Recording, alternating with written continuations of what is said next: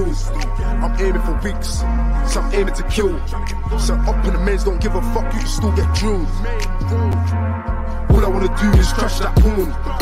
My niggas them told me make peace before you go to war. I said fuck that, I wanna drill now and then drill some more. Smoke my man in the face, yeah that point got scored. Couldn't give a toss about law. Niggas no CP. More time if it was done by the 7, it was done by me. I ride for my G's, put my heart on the streets. So if you see me, that's not my teeth. So chat tough and I'm spinning round. Arch the upside, I spin the sounds. When I spin the bangs, try and know that's a nigga down. And where I'm from, we always know to keep things around. All the risks that the team be taking. That's why my nigga Nero's money. Right, watch you. Oh, Mike's here. Salute, Mike. I'll send you a link if you want one. Send Mike a quick link. No, he wasn't late, Mike. Is that what he's put? Yeah. You weren't late. What's he on about? Yeah, I was bang on time. 22:31, yeah. I've just sent you the link anyway, Mike, if you want to get on, mate. You're more than welcome, you know that. Yeah, so what do you want to start with? Do you want to start with the Cal Brooks situation? Yeah, why not? Why not? Yeah. Well, I've just watched Troll Talk, and they had him on, talking on the phone, and he like you just said before, he sounds really confident, really confident. Yeah, you need that coming into a fight of this magnitude, because a lot of Crawford's opponents, they come in with this aura like Crawford is this god. He's the pound for pound great. Whereas Kel understands that, but he's kind of removing the name and just looking at the body in front of him. And he's so confident that he can beat the man in front of him. And he has the skill set to do it. And he has the physical to do it. It's just really if he can impose his style. And yeah, I mean, he just sounds really confident. It's really good to see. Yeah, I agree there. I mean, as he's got closer and closer to the fight, I always had Kel to win anyway. But as he's got closer and closer to the fight, I've been watching more. I've seen quite a lot of Bud's fights, dating back to when he first beat Ricky Burns over at Hampden Park all them years ago. And I've always been a big fan. I still am a big fan of Bud Crawford. But me personally, as time's ticking down now, I'm not too sure, because I don't know. There's something. I mean, to me, I think it's Kel's last shot. I still believe Kel's got something to give. Most definitely, I do. But I'm not too sure. I'm not too sure. I've got visions of Kel bullying Bud, but then at the same time, I've got visions of Bud just completely outboxing him. This is what makes it such an intriguing fight. So I really don't know who I'm going to pick for that. I'm just going to watch it, I think, hoping both the best, because I am a big fan of both fighters. I really am. Highly skilled at what they do. I have a feeling that it could be a bit of a staring contest early on, because I feel like Kel is going to want to see how the speed of Crawford, how quick he is, what he throws back. And I feel like on Crawford's side, it's like, I got to watch out for the timing, but I got to watch out for the power. I got to feel how hard he hits. Maybe I'll take some on the arm. Maybe I'll just parry some. See what he's about. But in saying that, I don't know, man. Like, there's so many ways it could play out. It's really who can. This is with many fights, but who can impose their style? Because if Kel's more physical, it favors him. Yeah. Depending on his gas tank, though, because we don't know how the weight cut is going down to 147. But exactly, yeah. I feel like if he hits Crawford right, Crawford can go. He really can, because he's been hit by guys that don't hit nearly as hard as Brook. Yeah. At a low weight class. And he got hurt in his last fight as well. Yeah, against His Green neck, Bean. his neck literally met his traps, like on the side of his shoulders. Like that's where it met. His neck just twisted that much. And Yeah. Egas doesn't really hit that hard. He's quick, but he's not a he's not a puncher like Kel, because Pearl's got power in both Oh hands. yeah, for real. Yeah, Cal's got power. Yeah. Even that jab. What if he's jabbing Crawford and Crawford's eye starts to swell, or there's a cut Yeah. of some sort? He could cut someone by accident, maybe in the clinch with their headbutt or an elbow. There's so many factors in this fight. Yes. With Crawford, it's about being smart and getting respect early. You got to get respect early because Kel's going to think that he can just walk through you, and it can't be that way. You've got to get Yeah. respect and use that speed, and it's tough for both. Really, it is tough for both. Yeah. But that What? power difference is the one for me. Yeah. What you've just excuse me. What you've just hit on then, Watcher, by saying that. I hope like Kell Brook doesn't think that he's going to walk through him. That's what I'm thinking. I'm hoping to God that Kell doesn't think that he's just going to go in there and walk through him because he's the bigger man. He hits harder, because if he's thinking like that, I could see him. I don't know, because I mean, I suppose me personally, I wouldn't think like that. I'd always show 100% credit for my opponent. I believe you've got to, because if you think you're just going to walk through someone, you're going to come unstuck.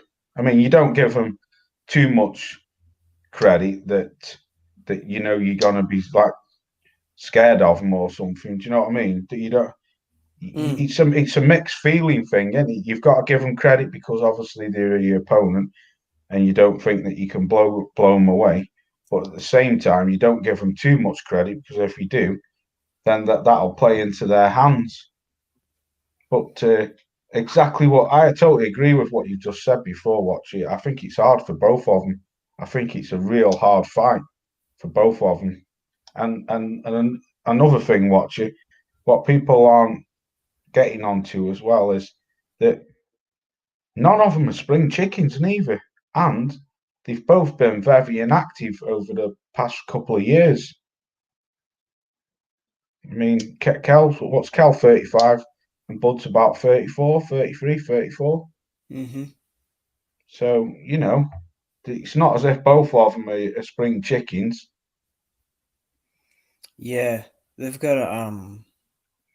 I'm actually interested to see how um they. I don't think many people talk about the body shots, how they will Yeah, take it to the body, because you said they're not spring chickens and they're naturally fit individuals. They're professional athletes, but I'm just wondering because they've both had a lot of fights. They've had a lot. I yeah, think Kel's had like 40 fights. That's a yeah, lot of yeah, professional fights. Crawford's got like 37 or 38 fights. Um, we'll see, man. Like how they take the body shot, straight right to the body, the left hook to the body, um, looping hooks to the body, all that good stuff. We're going to see that as well because Kel's sucking himself down. Will that have an effect? There's just yeah. so much that can go on in this fight, but Yes, yeah, it will be. I think it'll be foolish to not favor Crawford because you look at how it's going right now for him, and yeah. he's on a tear. He always has been, but Kel can be that dark horse. He really can. He can Oh, really yeah, upset him. He really can. yeah. Most definite. Like you say, watch it. I can't say it any better than what you've just said it, mate. There's just so much riding on it for both of them. Because Yep. I just watched that interview with Kel. And Kel's like, I watched an interview with him on, I think it was Yahoo Sports as well in the week, and Kel's up for it. I mean, we can all speak and that, but I've seen Kel say similar things before, but I've never actually, hand on heart, seen him like this time where you get the feeling that he really means it. Because like I say, I think it's the last shot of the dice for him, but I still believe that he's got something to offer. And if he does pull it off, then he catapults him back into the elites of the 147. I mean, if he wins, perhaps a rematch, but let's just say no rematch is made, which would be very bad for Terrence. Yeah, You've got Errol Spence out there. You've got Ugas. You've got yeah, guys like Thurman who don't even hold the belt. You got guys like Danny Garcia. yeah, What if Danny wins against Spence and then that's a fight that's made? These are all huge avenues that open up for yeah, Cal. And he's had a fight with Spence already. Imagine that gets made again. That, yeah, that would be a huge rematch depending on how the fight would go. With yeah, Crawford, you have this pound for pound status, this king of the division talk. And it's been always him and Spence. It's always been those two. And I feel like these days, it is getting to Crawford for yeah, the opponents, his situation with Top Rank, exactly. Yeah, who's going to win. If he goes into this fight trying to prove a point, he will get knocked out. He will get yeah, knocked out. Unless he does it in a very smart way, yeah, he will get put down pretty badly. Because then it will be like if you lose to Kel, who Spence didn't just beat, he beat him in Sheffield yeah, overseas. yeah, And but Kel had right to on come his over back here. garden. Yeah, in his back garden. He had to Yeah, come over here, suck himself down to a weight class he hasn't fought in, and he still beat you. That's not really gonna make me question yeah, Terrence, but a lot of fickle fans and a lot of other fans, they're gonna think, is the fight still there? It's a similar thing with Wilder and Joshua, that sort of thing. The aura might go. So there's so much at stake for Crawford, but it is also a last opportunity for Kel. But I'd love to see Kel win, man. I would. oh yeah, me too. Yeah, obviously, yeah. Like I say, I'm a massive fan. I really am of both of them. I love Cal Buck. I've always followed Cal. I think he's a great person out of the ring. I think he's a great fighter. And the same with Bud. I mean, Bud doesn't really do many interviews, but I like Bud's style of fighting. He's got dog in him, Bud has, and he's a little guy. He's got some balls. He's got dog in him, and that's why. Excuse me. I really don't know who's going to win this fight. I don't. I've got to favour Bud, I suppose, because I don't know. I don't know, mate. I really don't know. I just don't know. I just can't wait for it. Yeah, That's I one can't thing. wait. It's one of those fights, isn't it, where Yeah, it's on that knife edge. You just don't know who will win and what's going to facts. happen. Because that's as it gets closer to it. It's only next week as well. Like Exactly. it's a hard one. It's a hard one. It's a great fight. Yeah, and I'm glad it's been made. I am. I really am. Because, and don't get me wrong, I'm glad with the Danny Garcia and Errol Spence fight because I think that's going to be a great fight as well. Yep. Oh, salute Denise Woods, the Queen. Wow, I haven't seen you around for a while. Hope you're well, Denise. Salute to you. Thanks for coming through, Queen. Yeah. So, like I say, I really don't, I really don't know who's going to win it, and that's what, like I say, it's about time. The welterweight's got rolling because it's been asleep for a long time, hasn't it? Since It since I has. since I think since the Porter and Spence fight. Yeah, not much has happened. And, I think that's mostly due to COVID as well. But, Yeah, um, and that's why I like guys like Spence because they fight the best, And even though it's kind of in that PBC circle, yeah, like we're getting great fights that side at least, Like we're getting Spence exactly. Garcia. I mean, that's a Christmas present in itself, really. Yeah, that's a good fight. That I is a just good love that fight. fight. Yeah, Mouth watering fight for me. yeah. Especially especially since Spencer hasn't he's not been around for a while, has he? Obviously because he had the accident, And what an opponent to come back as your first fight. I mean, See, there's having tune-ups and then there's having tune-ups. That ain't no tune-up fight.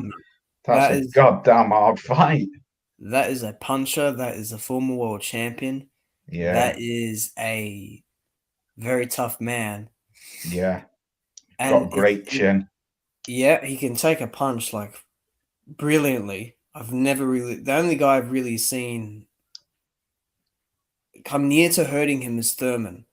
And Thurman's a wicked counterpuncher. He's got Yeah. great speed. I don't know if it's still there, but you know, there's a lot of questions in that fight as well because of the car crash and everything. But man, that's Exactly. such a good one. I love that Yeah. fight. That's what I mean. You've got some fantastic. Salute to you, Derek Bailey. Salute, brother. Hope you're well. Yeah, salute to the Bruce. chat. Salute. Yeah. Bruce Goes. Salute to you, brother. Yeah. I mean, it's like I say. So saying salute to these. I'm really, really excited about these two fights. Like you say, you got Earl. He's not fought for over a year. But what an opponent to come back and fight. And Danny Garcia is a good he's a good counter puncher as well, isn't he? Yeah, that's his style. Just boom, boom. Like if you touch him or you throw that punch, boom, it's there. Yeah, That counter is there. People can say what they like. It's a no look punch, or he looks away as he throws it.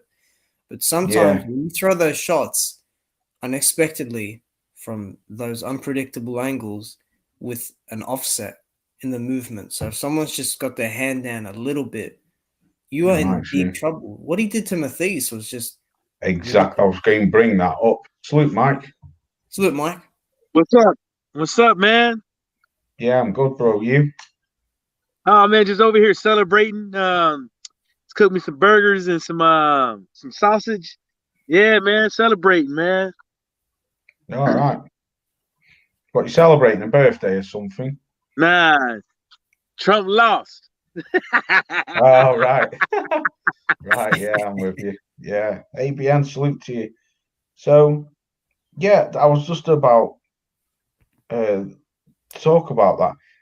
When he beat Lucas Mortise, that was a statement for me for Danny Garcia because I know Mortise didn't pan out to be the fighter what I thought he was going to be, but still one hard man and one flipping devastating puncher, and Danny made him look stupid. Danny's made a lot of guys look stupid. Yeah, I wonder with Spence having, because I think he broke his jaw in the car crash. He broke a whole bunch of shit. Yeah, yeah. Errol Spence is that dude off of Unbreakable. Damn. Yeah, it's like that a little bit. I mean, he's just from his physique and the way he fights. He's a hard man. He takes a punch well and he just takes punishment very well. I just wonder. It's not a huge sticking point for me, but I just wonder what if he does get hit, like clean. I'm talking because he doesn't always get hit clean in his fights. His last fight he took a fair bit, but a lot of his other fights so defensively responsible with his hands being up, blocking, the step back, the little pivots, all that stuff. He will need it against Danny because every time he throws, Danny will be looking for it. But I think what's going to fail Danny is his feet because he has slow He's flat-footed. Yeah, and I mean, Spence is going to take it. but with Spence, like I'm pretty sure he already. Well, he's the only one that knows. He's the only one knows whether or not he could take a punch or whatever the case may be. You know what I'm saying?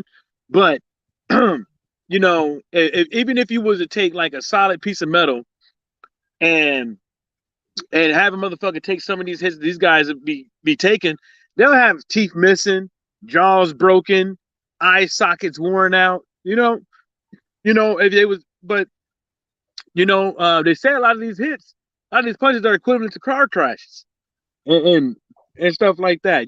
Rugby, football, boxing. Say a lot of these hits are equivalent to car crashes, like not little ones, like wall to wall, like head on collisions. But yeah, Watcher got a good point. He might not, he might. I mean, he had all his teeth knocked out. You know what I'm saying? yeah, he did. Well, his front or his fronts. but I know he had a whole bunch of chipped teeth too.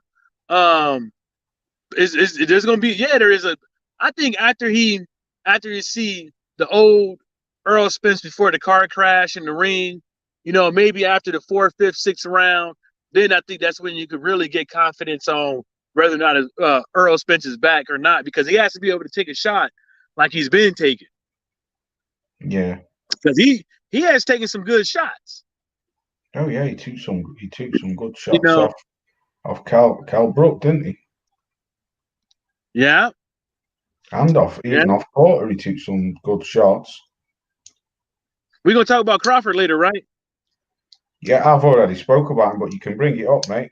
You can bring him up. Oh, you already spoke about him, but did y'all hear the interview he just did? Yeah, I've just watched it, Mike. I've just watched it on Trill, yeah. You talking about the part when he said that Top Rank contract is over in a couple months? No, I didn't see that, but I only caught the part where what's his name? Butler, right? I don't know. I only caught the last 10 minutes of him, Mike, where he was talking about Crawford. The dude was basically like, I think it's Butler. I forget his name.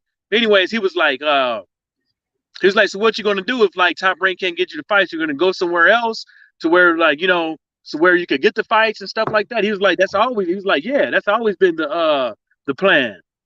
So Crawford might be leaving Top Rank. Yeah, I have heard something in the next couple months. Oh, I thought you were on about Kel.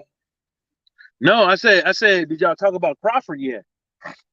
No, we talked about Crawford and Kel. Oh, so you misheard me, basically. Yeah. Right. Yeah. Okay. But Kel, yeah, I was talking about Crawford, but Kel, that Trill Boxing interview, everybody can say what they're gonna do, and it's in the third, and they can say how they feel and stuff. But hey, I put it to you like this: win, lose, or draw, whatever fight that Kel was in, whatever fight that Crawford's in, if it's a 50-50 matchup, it's going to be a good fight. So there ain't no need to sit up over here for people to say, well, Kell Brook is washed up and this in the third, or who Crawford fighting and stuff like that. You're going to see a good fight. So there's really no complaint. There really should not be any complaining. No, I agree, Mike. Totally agree. Me and Watcher were just saying the same thing before. Because I said to Watcher, I really and on art haven't got a clue who's going to win that fight. Not because I'm a big fan of both of them. I've watched Bud ever since he beat Ricky Burns at Hampden Park in Glasgow all them years ago over here. That was the very first time I ever seen Bud. I know he's been over here before. He fought someone else over here a long time ago. But I'm a massive fan of Bud, and I'm a massive fan of Cal Brook. And I really don't know. And that's what me and Watcher were just saying before. There's so many things riding on this fight. The Cal Brook making the weight, the age of both of the fighters. They both, in my eyes, have been very inactive over the past couple of years. I don't know, but like you just said, for whoever complains about it, if they do complain about it, then they're fools. Because I think this is going to be a barn burner of a fight. I do. I really do. Exactly, Derek Bailey. That's the factor. That's another great factor. What Derek Bailey said? He's put there's no rehydration clause. Yeah, that's a good thing. Facts, Derek.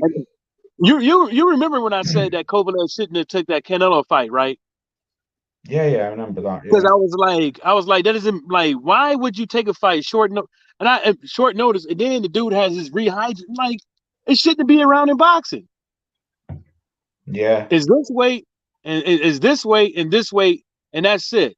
It's like anything. Like I can see if you say you want to rehydrate, to put like water and stuff back in your body so you won't like die and kill yourself. But it shouldn't be like no fucking 10, 15 fucking pounds now, buddy. Yeah. Well, that's what Cal's been saying, hasn't he, earlier on?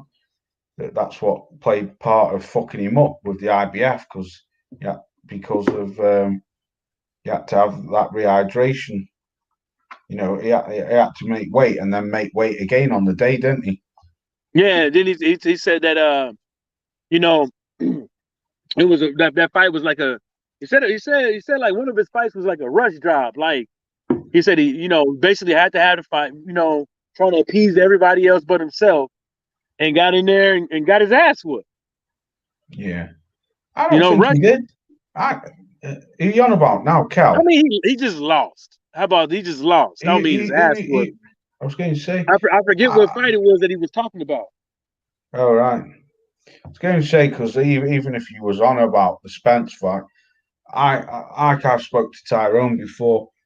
That was a damn good fight. No, Cal ended up quitting on his knees, but first 6 rounds, I gave the first 6 rounds to Cal. I did, and then I don't know what happened after the 6th round, but Spence just switched it up a gear. Totally turned the fight round and dominated the last half of the fight, and then obviously he went on to win it. Bruce goes, but I saw an article about Brooks yesterday. He says he's feeling better than ever, and the weight will be no problem. He looks chiseled too. Yeah, facts. He looks ripped to fuck. But to be fair, Cal always looks in good shape. I've never known. I mean, this is just my opinion. I've never seen Cal even really. I mean, I was watching that interview the other week with Eddie Hearn saying, I used to have to go around and knock him up and stuff because he was out partying and eating shit. And I mean, Cal said it himself. Some of the fights, he didn't take the training serious and stuff like that. He has actually come out and said that himself. But to be fair, me personally, I've always seen Cal's always been in good shape, I think. Even if he hasn't been training, you never seen Cal Brook looking flabby or saggy. Well, I haven't anyway. I'm not saying that he hasn't. I'm just saying I've never not seen him looking out of good shape or looking in shape. Even when he's not fighting. But yeah, man, it's a damn good fight. Who have you got winning that, Mike? I'm gonna go with Kel. And the only reason, because I called it a 50-50 fight anyways. Yeah, me too. Until like we actually see like who has like until we see exactly how things start going down. The first, second, third round. But the only reason why I'm gonna go for Kel, man, is because nobody. I can't stand boxers who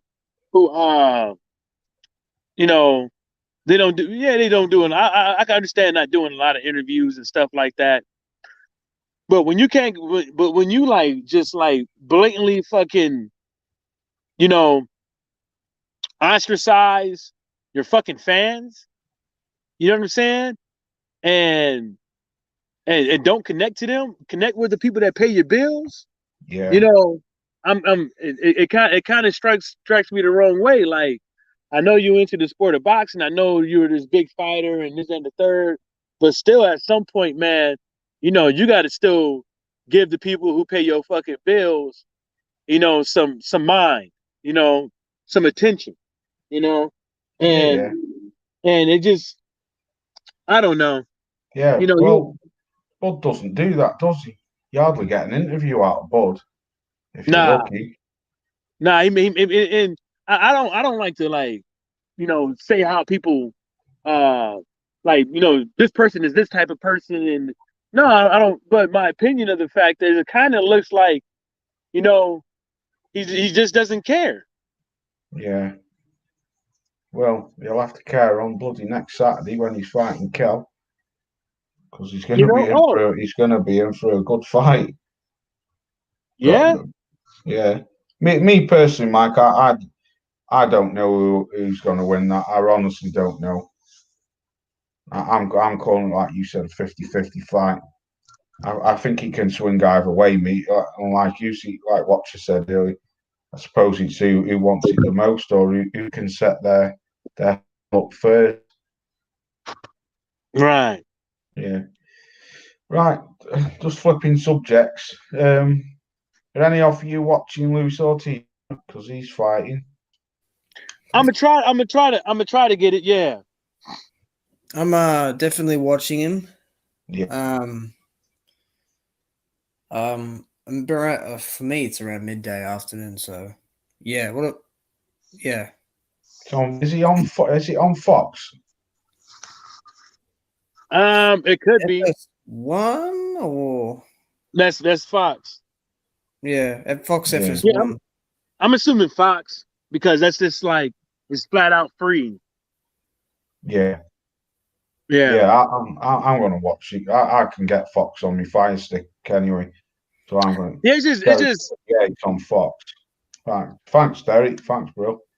I'm looking for a knock. I'm assuming a knockout by King Kong, but you know, just all that talk about his age and stuff like that, and you got this Corona thing, and who's been working out, and how long people been working out, and what's it's just with this one, I don't know because it's not like we know about this fight happening months ago. You know what I'm saying?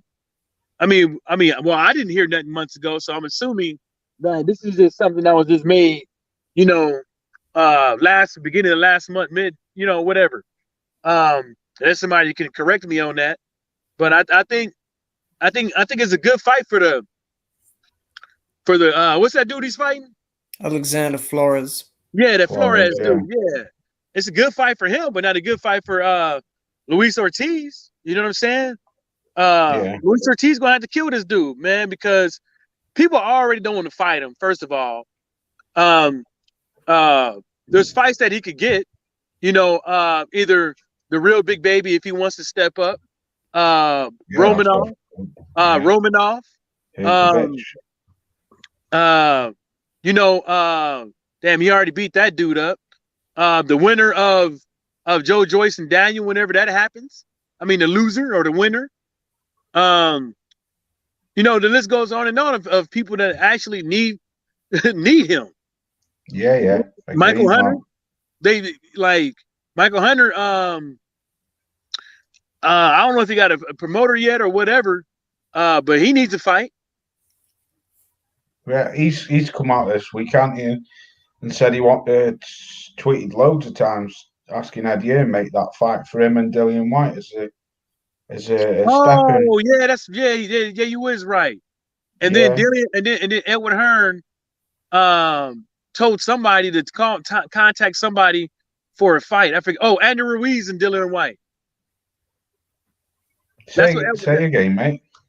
Andrew Ruiz put on his Twitter today. He wrote Andy the Destroyer. Talk to your guys. I got White lined up for you because Alexander Povetkin can't fight. Oh yeah, I mean that shit was funny because as soon as I saw the article, it said Pop. Andy Ruiz. That's like, another one. Not again.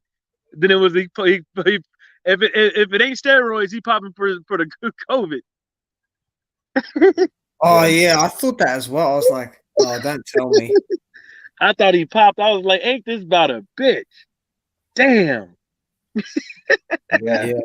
Well, Eddie Hearn has been he's been on social media trying to make the fight with Andy Ruiz, hasn't he? Yeah, and Dillian White. Yeah. Yeah. I mean, hey? Go ahead, Law. Sorry, mate. Just quick. I think Dillian's going to sit on it, mate. I think he'll just wait.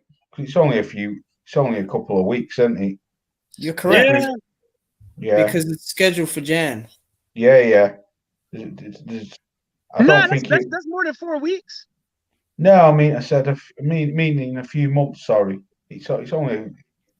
We just say that as a. I know. Yeah. I see what you're saying. I mean, just out of term. I don't actually mean 2 weeks. I just mean out of term. It's fine. Yeah, but I mean, that's a good fight. That, but I don't think Dillian's going to risk it. And to be fair, I would if I was him. I wouldn't want to fight someone else. I want revenge for what he did to me. Well, well, you know what? It's 14 fucking days. To you. I mean, put it like this: it's 14 days for the Rona. right? So if the fight is in January, I don't see why he can't fight. You know, maybe because he can't train or nothing like that, and stuff like that. Maybe he's like, sick in the hospital. I don't know. But you know, what I only reason why I can see White not taking the fight because of the danger. You know what I'm saying? Yeah. The fight was going for him. It was going his way against Alexander Povetkin. He he he's acting like he know where he went wrong. Um, and why would you go and fight this guy that's unknown? Like you never fought him before, so you don't know how it's gonna look in the ring. But the only thing you could do is try to catch him with his pants down, overweight again. Sorry, Mike, I missed that bit. What were you talking about? No, I was just saying it's like only way I can see Dillian White not taking the fight is because he's just is because like it's the fact of the unknown. It's like he's literally going to fight somebody he never fought before, and that he's going to be banking that he could catch Andrew Ruiz with his pants down, out of shape. Yeah, but Andy Ruiz is in shape though, isn't he? I don't know. I thought I'd seen a video where he had lost an incredible. I'm not trusting shit with that dude until I see him in the ring. Yeah, I think I'd seen a video. Yeah. Well, until I see him in the ring. Oh. Me personally, if I was Dillian, I'd sit on that. I would sit on it. I wouldn't risk either losing or so who would you fight then? I'd just wait for but he probably can't wait though. That's he can't wait though. No, he probably can't because you got to think about the. No, hang on. They've rescheduled the fight to January, so it's not that long, is he? He wasn't fighting until the end of this month anyway. But what I'm saying is maybe he cannot wait for the fight is because they can only postpone it to a certain dates. They can't postpone it all the. Hold up, Laws.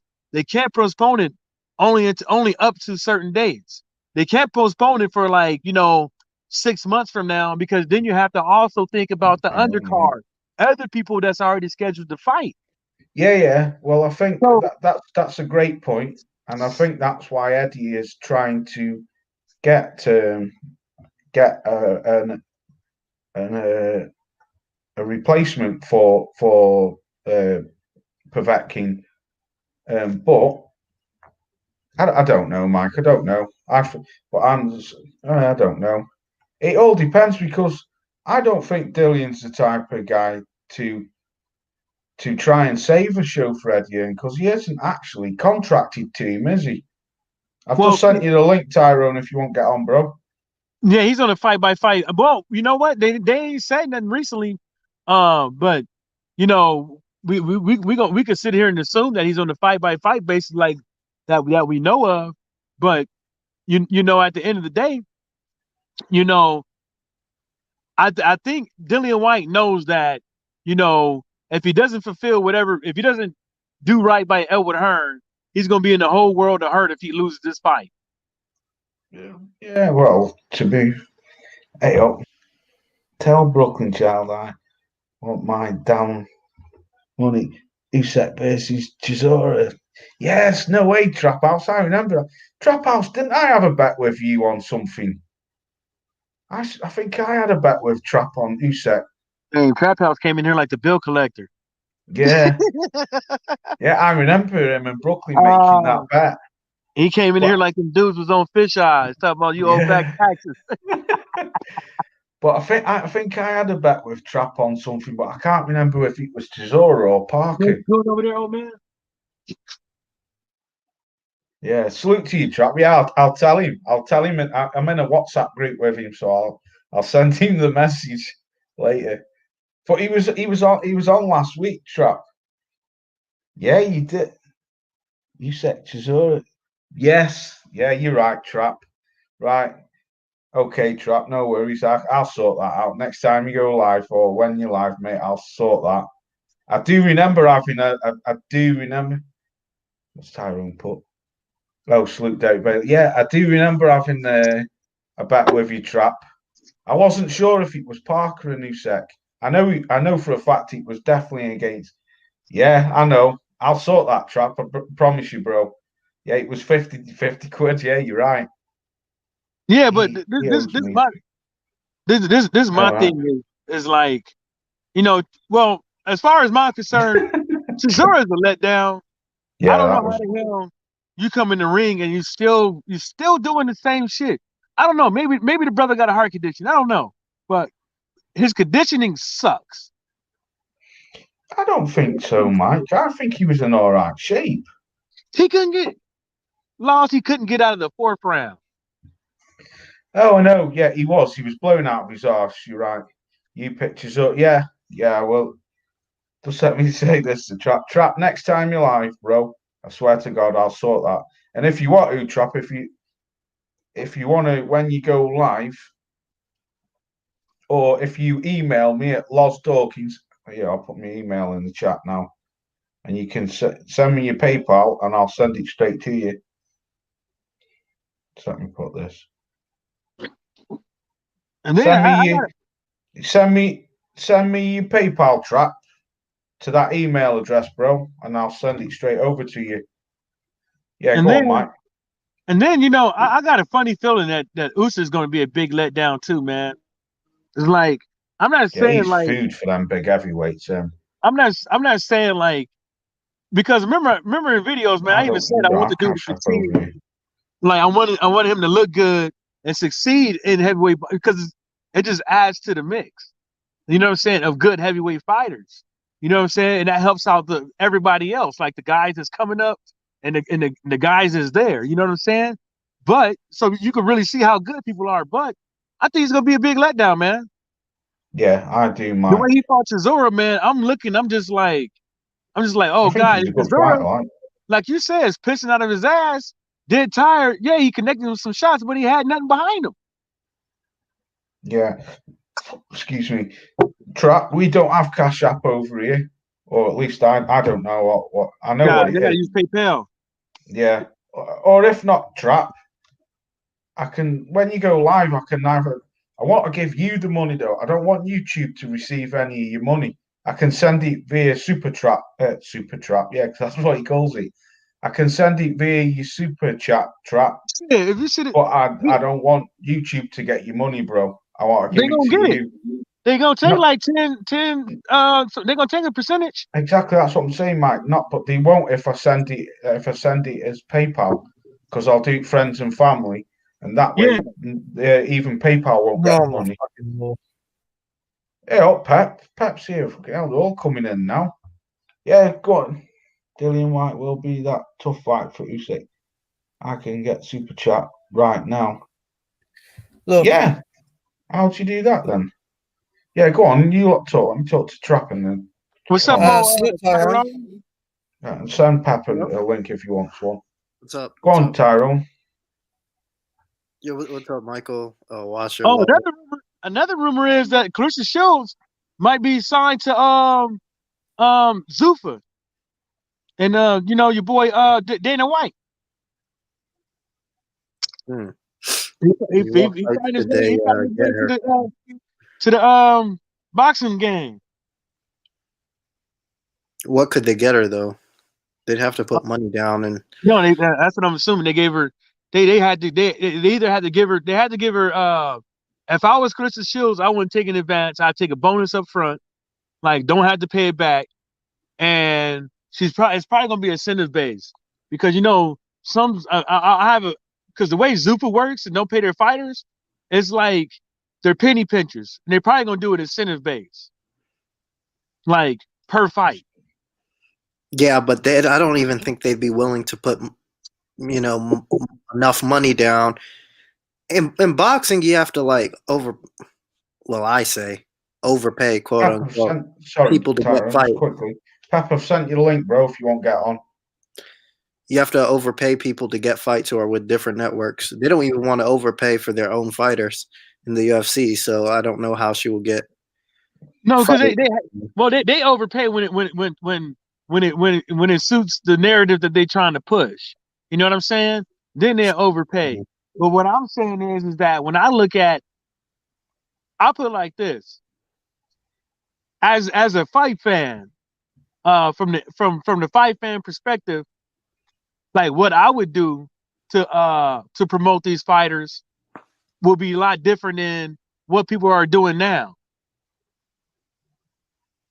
Like you do have to make guest appearances on late night shows. You do got to spread your, let the whole world know who you is and actually do interviews. You do have to sit up over there and pay because everything is on, like all the advertisements on TV as a marquee or even Hulu commercials, Netflix commercials, YouTube commercials, TV commercials. You got to pay for this type of shit, and that's what the Zone's been doing. But the Zone's been doing it at the wrong times, like when people ain't trying to see that shit. So like my whole thing is if Dana White can get like some of the UFC crowd to watch Clarissa Shields, and also do what a lot of these promoters see. PBC ain't a promotional thing, so let's stop saying they're doing different than the PBC. But a lot of these other promoters out here, I don't know. Do anybody know what they do? Yeah, exactly. Trap House Holyfield will smash Usyk at cruiserweight. Man, don't even put those two in the fucking same sentence. I hate when people ask that. Yeah, he's all right, man. He's only asking an opinion, isn't he? Yeah, but I mean, come on, man. Well, we know what to whoever said that defense is that people out there say that Usyk is better than Holyfield, has more accomplishments than Holyfield, and all that stuff. So to all fairness, it should be said. Like actually said what it really is, on all fronts of y'all gentlemen. Salute, Pep. Yo, what's up, guys? Long time, man. Long time, Mike. Oh, my bad. That's Peppy. Ain't seen that dude in a long time. Long time watcher, lost. Tyrone. What are we talking about? What's the subject? Man, we're going all over the place now. We was talking about how many board digglings do you got to eat to pop for Meldonium or whatever that dude pop for? Is it 1, 2, 3, 1. Or 4 or 5? I think 1 is enough. I think one is enough to pop. To be honest. Nah, you ain't popping off of 1. Laws will be right back. Laws clicked the wrong damn button again. Laws don't know this new technology. Yeah, man. I haven't seen you guys for a while, man. What's everyone been up to? Shit. Hey, Pep, Drew Titan wants you on the show. Yeah, he spoke to me. He sent me an email the other day, and he said that he's going to do a show soon. I don't know when he's going to do it, but he said he'll let me know. Yep, same thing with me. But yeah, you saw the Chisora fight as well? Yeah, I watched the Chisora fight. I think, to be honest, that fight, when I was watching it, I had it as a draw. To be honest, I don't think Usyk. I wasn't impressed with Usyk. I don't think he's ever gonna win the heavyweight champion of the world. Unless obviously Wilder, AJ, Fury, even White. I don't even think he can beat Dillian White. Like, he struggled against Derek Chisora, a guy that lost 9 times. A journeyman basically. And Usyk, I think he's too small, man, and he's getting old as well. He's getting slower. And he's just, another Lomachenko, a guy that they're trying to push. But I don't think it's going to work this time because this is the heavyweight division. If he gets hit clean, this guy's going to get knocked out. So, yeah, man, I wasn't impressed at all with Usyk at all, man. I don't think he's the deal, man. Never thought of that in the first place. And I'm not going to think of it after watching the last fight, man. But yeah, have you guys talked about Wilder, like the recent thing, or we're not going to talk about that? Not yet. I mean, when Loz gets back, and we might. But I was just going to talk about the Chisora fight. My reaction to that fight was, what the fuck was that? That was a fucking shit show. What's that? I missed that because my fucking computer choked me out. I know. Why is that man going in there looking for one big shot. He looked out of shape. He was fucking gassed by the 4th round. He was swinging that overhand right. He got a bit of confidence with that shot because he hit Usyk in the 1st round on the chest, and it sent him all the way the back, like it's like some electric impulse hit him in the chest or something. So he got some confidence off of that, and he was doing a decent job at roughhousing. But dude, he was trying to slip every single shot Usyk was throwing. He was trying to slip left, right, roll, come up, back up, and he kept getting caught because he was trying to slip every shot. He was finishing that sequence with his chin up in the air and getting caught. At times he'd abandon the high guard, he'd abandon the cross arm guard. And I said before this fight, I said, only way Chisora loses is if he gets tired and he just lets Usyk do his thing. And that's what fucking happened. So now where we are, we're at 10 fucking losses now. Now, I don't know who you're going to fight. You're trying to fight Dillian White for a 3rd time on late notice. You know, all that shit. You know, Chisora thinks he won the fight. David Hayes in his ear saying, you did marvelous, this and that. And that's for Usyk. You are food, my friend. You are food. And I wanted him to do well, in his opening for heavyweight. Because, as Mike said, it makes it interesting. It makes the division vibrant. There's more opportunities there. There's more matchups that can be made that are exciting. But, Joshua, he's at ringside and he's looking at that and he's fucking licking his lips. That is food right there. As, Wilder as well, now that I think of it, probably Dillian might even beat him, even though I thought stylistically Usyk is more suited for Dillian because Dillian will actually try 2-box, whereas Chisora's just going to try roughhouse. But no, I mean, Chisora, in my opinion, he didn't even bring his best, and he still gave him problems. To be fair, I had him winning like 3 or 4 rounds. He just kept looking for the big shot, and he just he got hit once in the fight, and he said "fuck you" to Usyk. Like, he's like, "Oh, fuck you." It's like, fuck, you shit the bed. You shit the bed. You were out of shape. I would never listen to David Hay ever again in my life. And that's that. I mean, just it's fucking disappointing, man. With my computer, shouldn't listen to David Hay anyway. Full stop. No, I thought Fucking like diva. I haven't listened to him, but with this, I thought, it makes sense.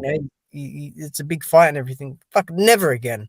And I don't know who Usyk's gonna fight next. He can fucking wait for his mandatory shot or whatever. I don't care. My whole thing with that fight was that all that huffing and puffing Derek Chisora was doing, dead out on his feet, and Usyk couldn't get rid of him. I don't know, bro. Can I just quickly, because I'm going to go for a cigarette. Salute, Pep. Anyway, how are you, bro?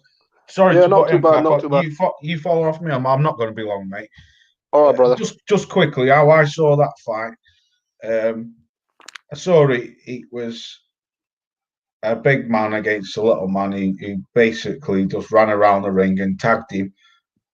Fair play. I think Usyk is a good fighter, and I think he's got good skills.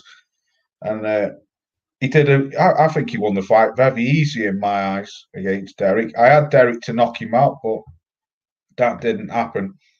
Derek, to me, showed like maybe if it was 5 years ago, he might have had a chance, but I just saw Usyk just schooled him. Well, I wouldn't say schooled him. He just beat him up, basically, in my eyes. But I think if Usyk goes anywhere near anyone like Andrew Ruiz, someone who's got fast hands, and Michael Hunt, I do believe Michael Hunter, Wilder, Tyson Fury, AJ, I think he's food for him all day long. That's how I see it. Go on, Pep. Sorry, bro. Yeah, to be honest, like I was kind of disappointed with Usyk as well because at one point, Derek was there for the taking in the 7th round. Like he was tired, he was out of balance, and Usyk didn't even notice that. They say like he's got like a good ring IQ, but if you do have a ring IQ, like you knock him out because he was really tired. He was there for the taking, even round 8, but he didn't. He was still running away. Like Derek was like literally finished. that around round 8, round 9, he couldn't throw no more. But he was kind of chasing with nothing really. It's like a man chasing you, but at the same time, he ain't gonna do nothing to you. So I would have thought Usyk would have turned up at that round, you know what I mean, and would have put it onto him. And if he would have done that, maybe he would have knocked him out. But for me, like Usyk, you know, I think he's afraid to get punched. To be honest, like You there's don't something want probably it. that we don't know. You know what I mean? You don't want it. You don't want it. He can't. I don't really think he can. I reckon when it gets harder than that, from what I saw, I think he'll just fall, man. Fucking, he's got no power at all. None. I knew he had none at this weight. I knew it. I kept saying it, and I was right. He's great at cruiserweight. He's not great here. From what I've fucking seen. Yeah, I don't think Usyk's gonna do anything well. I mean, he is 33 years old. You know, he's getting older. You know, not getting younger anytime soon. So this weight, I think, you know, the people like even AJ, like AJ is like what 3 years younger than this guy, or 2 years, should I say? Wilder's only 1 year older than Usyk. Dillian White is younger. Tyson Fury is younger. Like Dubois, like you got a lot of names. Hergovich coming up, a Jagba, like all these young ones. Like this guy, like I just don't see him like, you know, doing anything great at the heavyweight division. Maybe he's gonna go down to this new weight that they're creating, that what the WBC been talking about, the 200 to 220 weight division, super cruiserweight. That's what I think he's gonna go down to that, because with this weight, I don't think he's gonna achieve anything, to be honest. You know, he didn't look great against Witherspoon, and he definitely didn't look great against Derek Chisora. So if you can't beat Derek Chisora, David Haye knocked out Derek Chisora. David Haye was a former cruiserweight champion, and he knocked out Derek Chisora in 5 rounds. So if this guy Usyk is supposed to be this good, this talented, he would have got him out of there. And all Derek Chisora, you know, that is basically hyped up to us by David Haye. So to be honest, I ain't impressed. I've never been really impressed by him anyway, you know what I mean? So a cruiserweight, yes. A heavyweight division, no. And I don't think it ain't gonna get any better.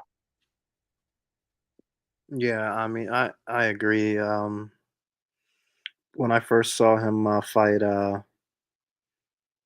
or was it Tabiso Michunu or Michael Hunter at cruiserweight? I forgot which one I had seen, but it was pretty impressive the way he was moving around the ring. But like I saw an interview with Ali Bashir, his old trainer, saying he was only at 35% now.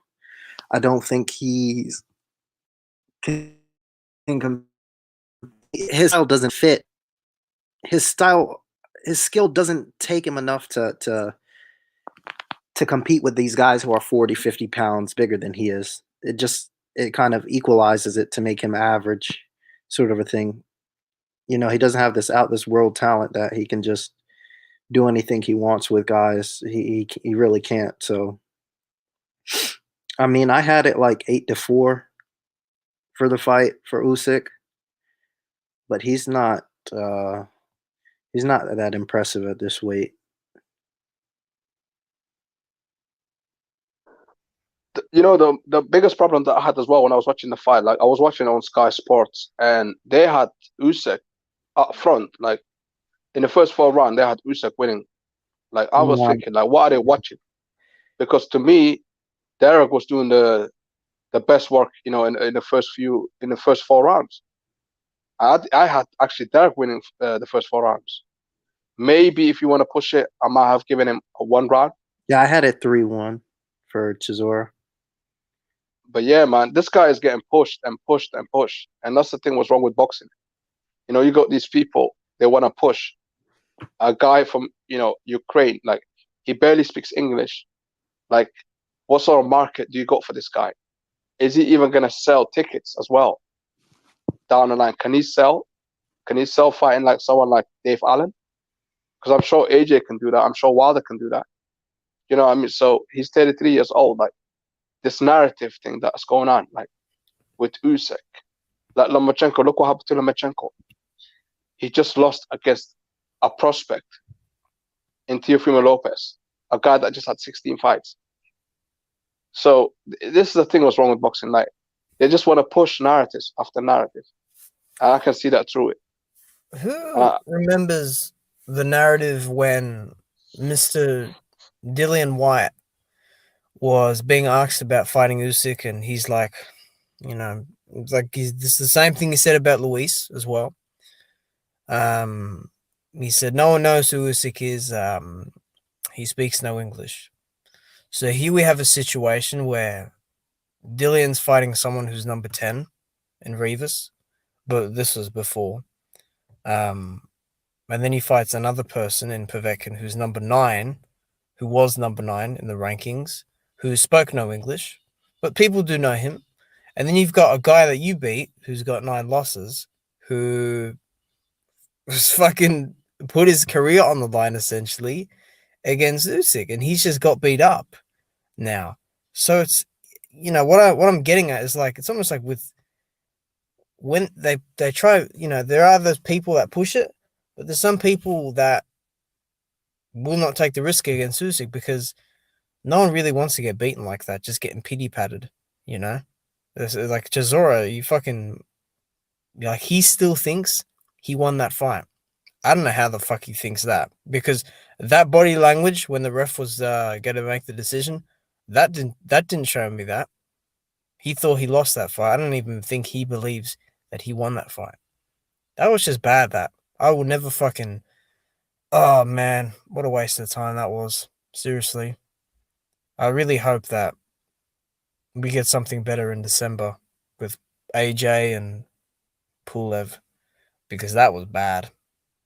That was really bad. So yeah, what else did we cover? Did we just because I just came in the show, like, it's been going on for like an hour. We were talking about me and Loz and Mike earlier on. We were talking about Crawford and Brook, Spence and Garcia, and then we kind of went to other topics. Okay. So, I mean, obviously Crawford against Brook, that's probably gonna be a straightforward fight. I can't see Brook beating at this stage Crawford, to be honest. I ain't gonna lie on Crawford, you know what I mean? Obviously, a lot of people don't like Crawford, and they say, like, what did he do at 147? But to be honest, Brook, he's looking to cash out. He's made enemies with Eddie Hearn. Clearly, he ain't going back there ever again. This probably gonna be his last biggest fight. He's never gonna get the Amir Khan fight. So yeah, it's a cash out. I hope he makes a lot of money out of this. It's probably gonna be his last fight, to be honest.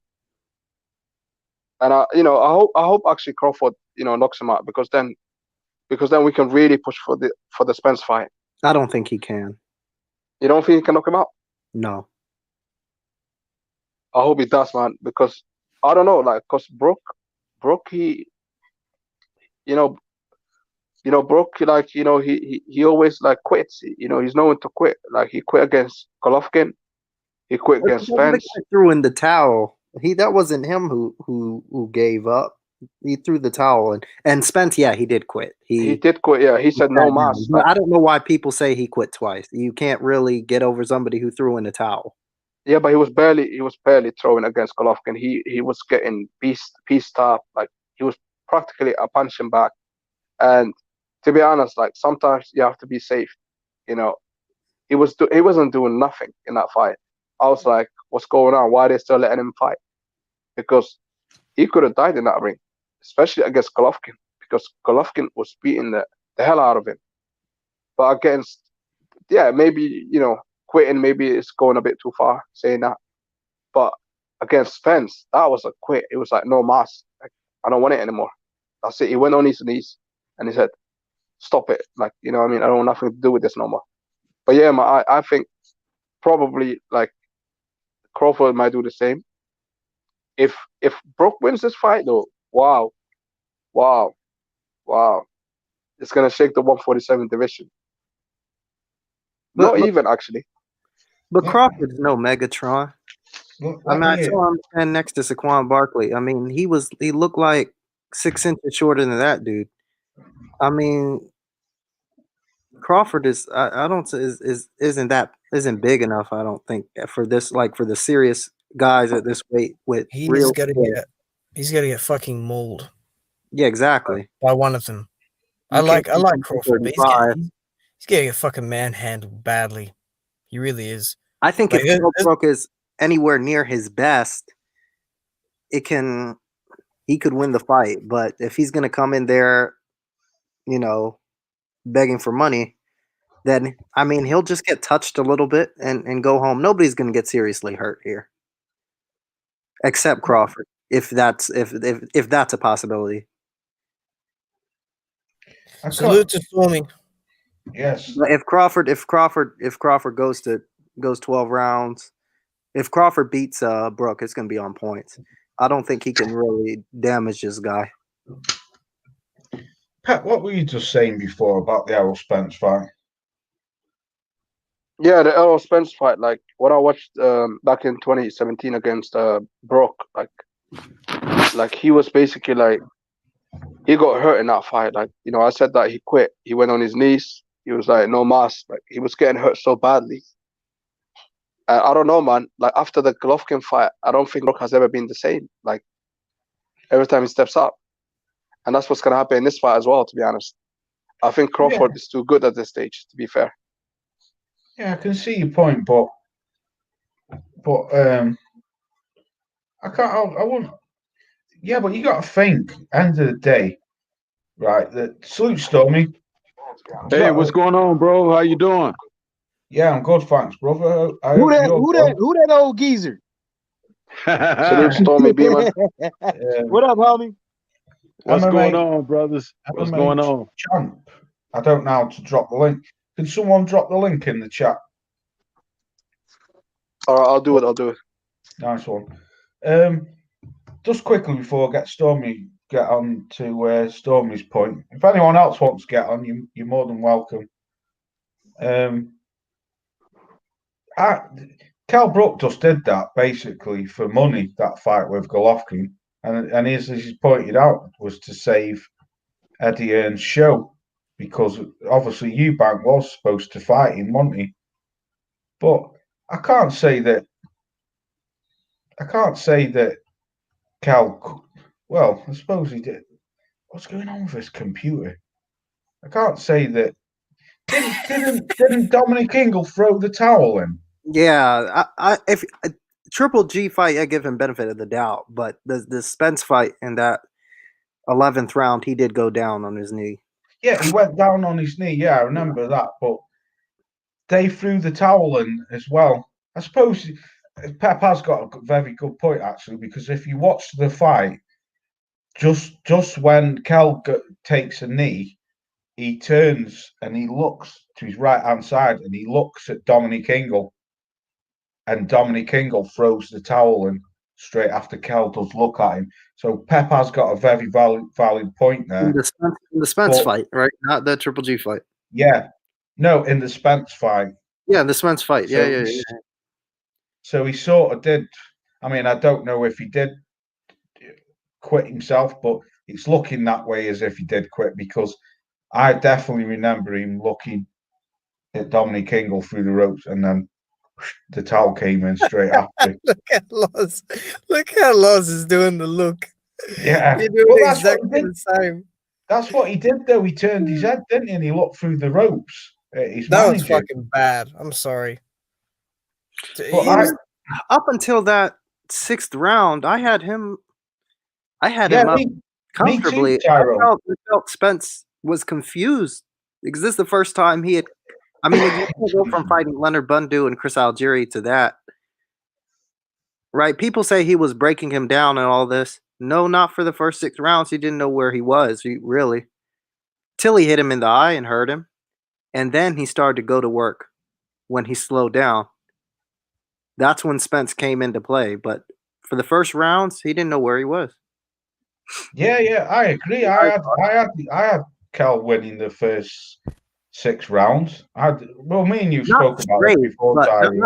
Not all of them, but he was comfortably ahead for me. I felt Spence was just warming up or just didn't know where he was, because this was new for him. Somebody who can was actually a challenge. Yeah. Stormy, what have you got to say, bro? On what specifically, bro? We were just talking about the Crawford and Cal Brook fight, but then we were just talking about off Cal's. Pep said every time Cal steps up, Oh, he okay. loses. Well, Black and 78 had him on, right? Kell Brook. Yeah, I watched it. Yeah. Yeah. And I just popped in here when you saw me write in the chat. That's when I arrived on the scene. I was trying to get Yeah. some things done, getting ready for the fights this evening. But hey man, listen. Kell Brook is not a guy to take lightly. And I kind of said that on the show when the guys invited me on the panel there to give them a 2 cents. Yeah. I think that this will be definitely the fighter at welterweight that could let us know what Bud has at welterweight. I don't think that Brook is anywhere near being like done or anything like that. He just had the misfortune rather of having those eye injuries, and that's something that when that happens, it's like what can you do? But he's formidable. He's a live opponent in this fight, and he's a former world champion. So he looks to be in tremendous shape, getting prepared for this. Yeah. I wouldn't be surprised if he was preparing the entire time. Even though they said on the record that he only had a certain amount of time for this fight, but sometimes when guys have a fight on their radar, they prep for it, and this might be one of those situations. He And looked don't good. forget, if he's able to defeat Crawford, it throws him immediately back into the discussions for championship rallies at the top of the division. That being said, I think that Bud relishes the challenge of defeating someone like that because he knows if he's able to win this fight, then he can shut people's mouths as far as talking about taking on uh a strong former welterweight champion, XYZ, that kind of thing. So I think Yeah. both guys enter this with enough to fight for, but what will be the X factors? The X factor for Brook is the fact that he has suffered a couple of losses due to the injuries he's had and everything. And how much does he really want it? It's like you have to really want it, right? And that's Yeah. easier to say on paper, but difficult to perform in the ring. Now, the X factor for Bud is this: the mysterious rehydration that Brook is going to, enjoy the advantage of. Bud may very well be fighting a middleweight when he on fight night. Facts. So is he ready for that? You know what I mean? He should be ready because he knows there's no rehydration clause. So it's like he could be fighting a guy that's a couple of divisions above him. And that's a reality. Is he prepared for that? We don't know. And so if let's just say all things being leveled, Bud should be able to outbox him. I don't think he's going to stop Brook unless two things happens. One, Bud is able to show a side of himself, which I do believe is there, that makes Brook realize this guy is a lot tougher intestinally wise, than I thought. Or his skill set will be so much that he's not able to compete with Bud because of Bud being a good quality boxer. That's what a lot of people forget. Freddie Roach said this many years ago about Bud when he was talking about a possible matchup with he and Crawford. He said that Bud can do everything Floyd Mayweather can do. And that was coming from Freddie Roach at that time. And he said that that's what was his concern about a fight with Crawford. At that time, Crawford presented the same problems that Floyd Mayweather did, but with the exception of being able to also fight southpaw. So, Yeah. He didn't favor that fight for Manny. And that was a few years ago. So that can come into play. But I think it's a great fight for us. It's a great fight for them because it win, lose, or draw for either guy. These are the men who should be fighting each other. Agreed. The Keith Thurmans, the Danny Garcias, and even now the Sean Porters, because they are all former champions, they should be in the mix. And if someone loses to someone, so freaking what? Fight a rematch at some point. Not necessarily a direct run back, but these guys should be facing each other because they are the cream of the crop at the top of the sport at their divisions and weight classes. So this is what we need. This is what makes boxing thrive, when best fight the best. And remember, almost each and every one of them have been a champion at one time. So does that mean that because they lost, that they're no longer, a champion? Once a champion, always a champion. Yeah. But if you've never been a champion, you can't be called a champion. You understand? So it's like on any given night, just like in football, on any given Sunday, the baton could get passed. The thing that we want to see is we want to see them get in there and to go about it and see who's what.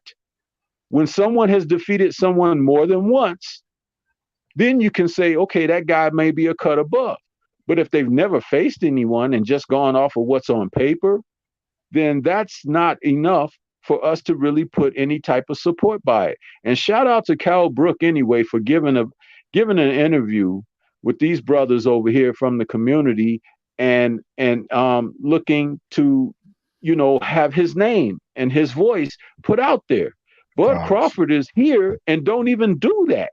And it's ridiculous. We've talked about that ad nauseum. And the thing is that people will support Kell Brook simply because he opened himself up to them. Mm-hmm. And that's what Bud Crawford doesn't understand. Great point. But that's point. what I have to offer on it, fellas. Yeah. MMA champ. Salute to you, bro. What's up? What have you got to say about this fight then, brother? I think Crawford is gonna straight school him. Like, I don't think Brook has a chance at all. I think Brook is drained, really drained, from moving back down. But and I don't think he's the same as a few years ago when he fought Errol Spence. I mean, he looked beat up, like his face when he was doing an interview today on another channel today. Yeah. So I don't know. I think Crawford stops late, but yeah. Yeah. Okay. Yeah. Very possible that could happen. I mean, like I say, I don't know. I think one thing I can pick up off what you've just said,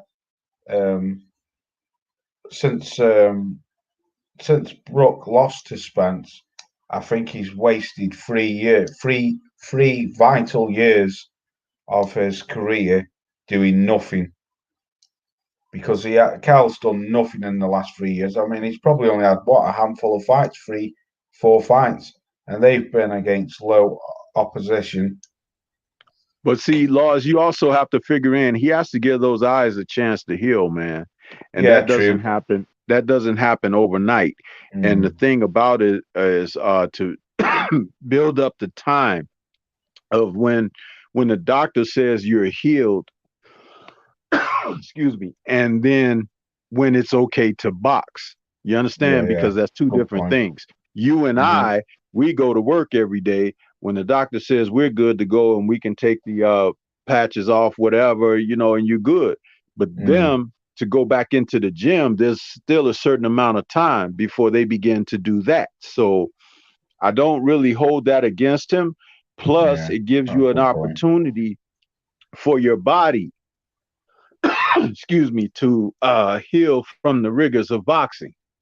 You know what I Yeah, mean? yeah, The yeah. Good various point. aches and ailments that you could have from being a fighter. Um, you know, less wear and tear, so to speak. Yeah, it's a good point. I mean, Stormy, like I say, I agreed with what you said before. Shout out to Cal Brook, man, for giving us a fight because at the end of the day, I see it as the welterweight division was very stale. I think probably the best fight for me was the Spence versus Porter fights, probably since the Spence and Cal Brook fight.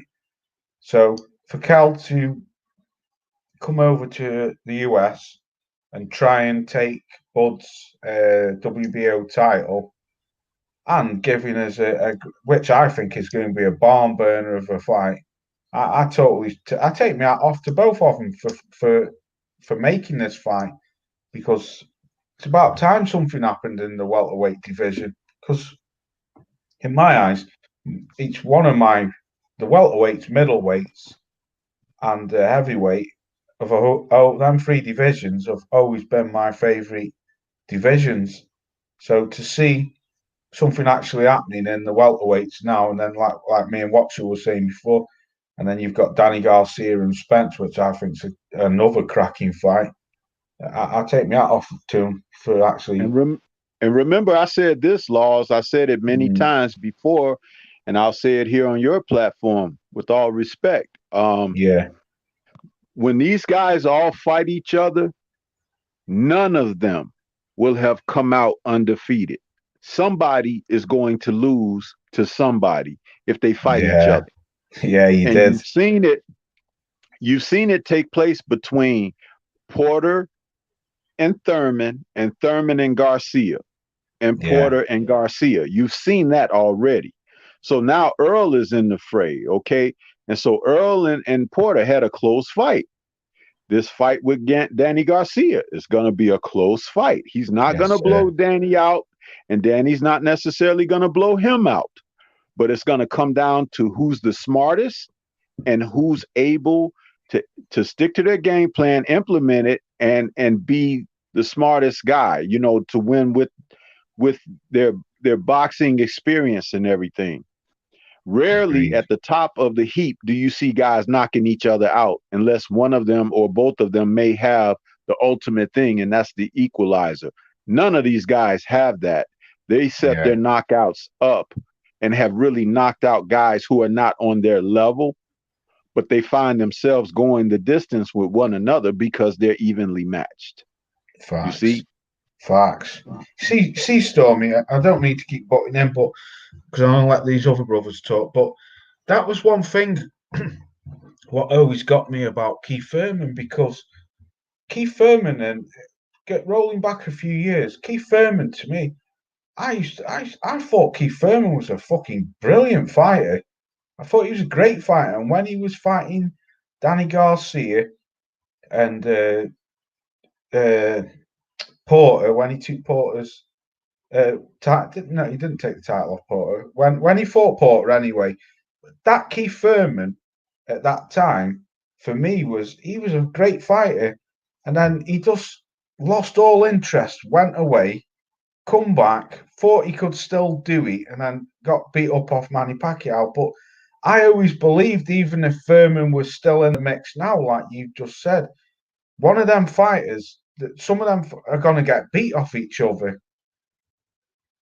And I always thought Thurman was one who could beat someone. Yeah, I think because that styles make fights. Styles fact, make fights. And they all are diverse enough in their styles that somebody is just going to lose to another. You know what I mean? Which mm, is why a great thing happened with Sean Porter. In earlier in Trill's chat, somebody wrote that if Brook was to face Porter again for whatever reason, that he just whoop Porter again. And I was like, absolutely no, not. I no, said, because Paul, Porter yeah, is a far superior fighter now than he was when he fought Brook. He has yes, learned how to box as Totally well as agree with be you. an aggressive, come forward, roughhouse type guy. He has implemented boxing as a part of his game that wasn't there when they faced each other a few years ago. So it's like he's grown. You Yeah, understand? And that is what made the difference and allowed him to be closer in the fight matchup with Earl. yeah, If Earl was fighting the old Sean, he could have possibly even stopped the guy. But yeah. because Sean had added those new wrinkles to his game, which is what happens when you lose, you go back to the gym and you become more diversified and you learn how to show your versatility so you don't lose the same way. If someone beats you again, they got to beat you a different way. You understand? That's why having a loss is not the end of the world. Facts. Losing helps Facts. prepare you to be successful. Of course it Because when does. you lose, you find out what your weaknesses are and you look to develop that Yeah. aspect of what Build you on them. bring so that you can be more sustaining in attaining victory. Yeah. Totally agree. Go on, any of you brothers I want mean, to only, chip only in? thing, the only thing I could get out of that is that Let's you get him for know, a cigarette. if we just look at boxing as a whole and stuff like that, and how some of these promoters, and how some of these fighters, don't get fights, I can see why some fighters don't want to take an L. You know what I'm saying? We just saw Derek Chisora take another one. Um, but yeah, taking the L is not the end of the world, but it can also hinder your career, especially if you at the 35, 36, 41, Lewis King Kong Ortiz. So if they take if he, some of these guys, they take an L, it might take them, 3-4 years to get back right where they were. You know what I'm saying? And some of these boxing contracts that folks be given, it hasn't, you know, like the Don King contract and like the Bob Arum contracts. They have an addendum in there. If you lose, we can get rid of you. So I think there's outside pressure along with that too. But then if we skip forward, there's a lot of fighters out there that takes a L and don't ever evolve or do anything differently, fix their game plan and stuff like that, fix at least their stamina, at least keeping their hands up, at least staying the fuck off the ropes. And they keep doing it time and time and over again. But some people just keep getting fights for some odd reason. I don't know if you Povetkin, Derek Chisora, list goes on and on. Some of these cats out here, they keep getting fights. And Dillian Whitey, all he has to do is beat his next opponent or Alexander Povetkin or whoever, and he have another shot. When it comes to like Matchroom, I have to give them credit because, like, they're fighters. They always take an L and they always keep getting chance after chance. Povetkin, I know he's not, full Matchroom, but he works with Matchroom. Like, he takes L's for fun. You got Dillian White as well, Derek Chisora, Dave Allen. He keeps getting like big fights. Like, I don't know. It depends who you're with. Like, you know what I mean? If you're with the right promotion, Oh wow. they always give you the right fights. Well, you Like, have to also think with Edward Hearn, there's this thing of that he's not allowing these fighters to fight anybody. You know what I'm saying? So that's another thing too. He's not letting them fight anybody. I mean, we can even say Dave Allen. No, Dave Allen ain't with him. But we can even say like let's say for instance, we could say Usyk. He ain't gonna let that dude fight anybody right now.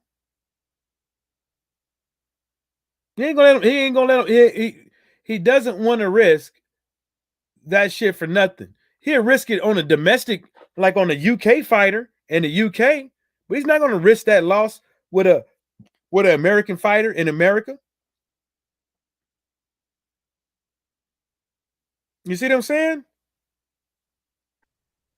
yeah, it's a business, I suppose. It's a business. Yeah, talking about promotion. Like, have we covered Canelo leaving the zone? Like, that must be a bad thing for the zone because the zone. Everyone was talking about how the zone is the best and they pay their fighters a lot of money. And now it looks like their cash cow is gone. You know, Well- who else have they got? I don't even think AJ Ooh. is really signed to them. You know, AJ ain't got to be signing nobody. You know what I'm saying? AJ should have like, you know, Edward Hearn working as an employee instead of vice versa. You know what I'm saying? Because they don't. That's how it is, but that's not how they make it out to be. And I told folks, right when that shit happened, because I be on Twitter talking, running my mouth, and I told folks right after that, it's like, dude, like, this is how you know that Wilder, because this is what happened. Folks were saying that Wilder admitted to ducking Anthony Joshua, and I said no. I was like, that was the DAZN deal, and I was like, why would Deontay Wilder take the DAZN deal, even though it's worth a lot of money that he's never got, but he sees his worth. He knows how much he's worth. So once you know your worth as an employee or as a fighter or whatever the case may be, it's up to you to take what you are, what you want once you know your worth. But if you don't know your worth, you're going to take anything, and you know what I'm saying? So now it just shows that it was really a bad deal. I said this the same day that it came out. It was a fucking horrible ass deal. Like, you mean to tell me that I'm up over here? I wasn't sticking up for DAZN, but y'all remember everybody was on my ass with me saying that DAZN is failing. I know y'all remember that, right? Yeah, I remember that. Yeah. And I was trying to explain that, hey, the COVID, now that Canelo law left, now it's like, oh man, now it's like, who else you got? You know what I'm saying? Who else Edward Hearn got to bring to America, USA, America, DAZN? You know what I'm saying? He doesn't have that many people.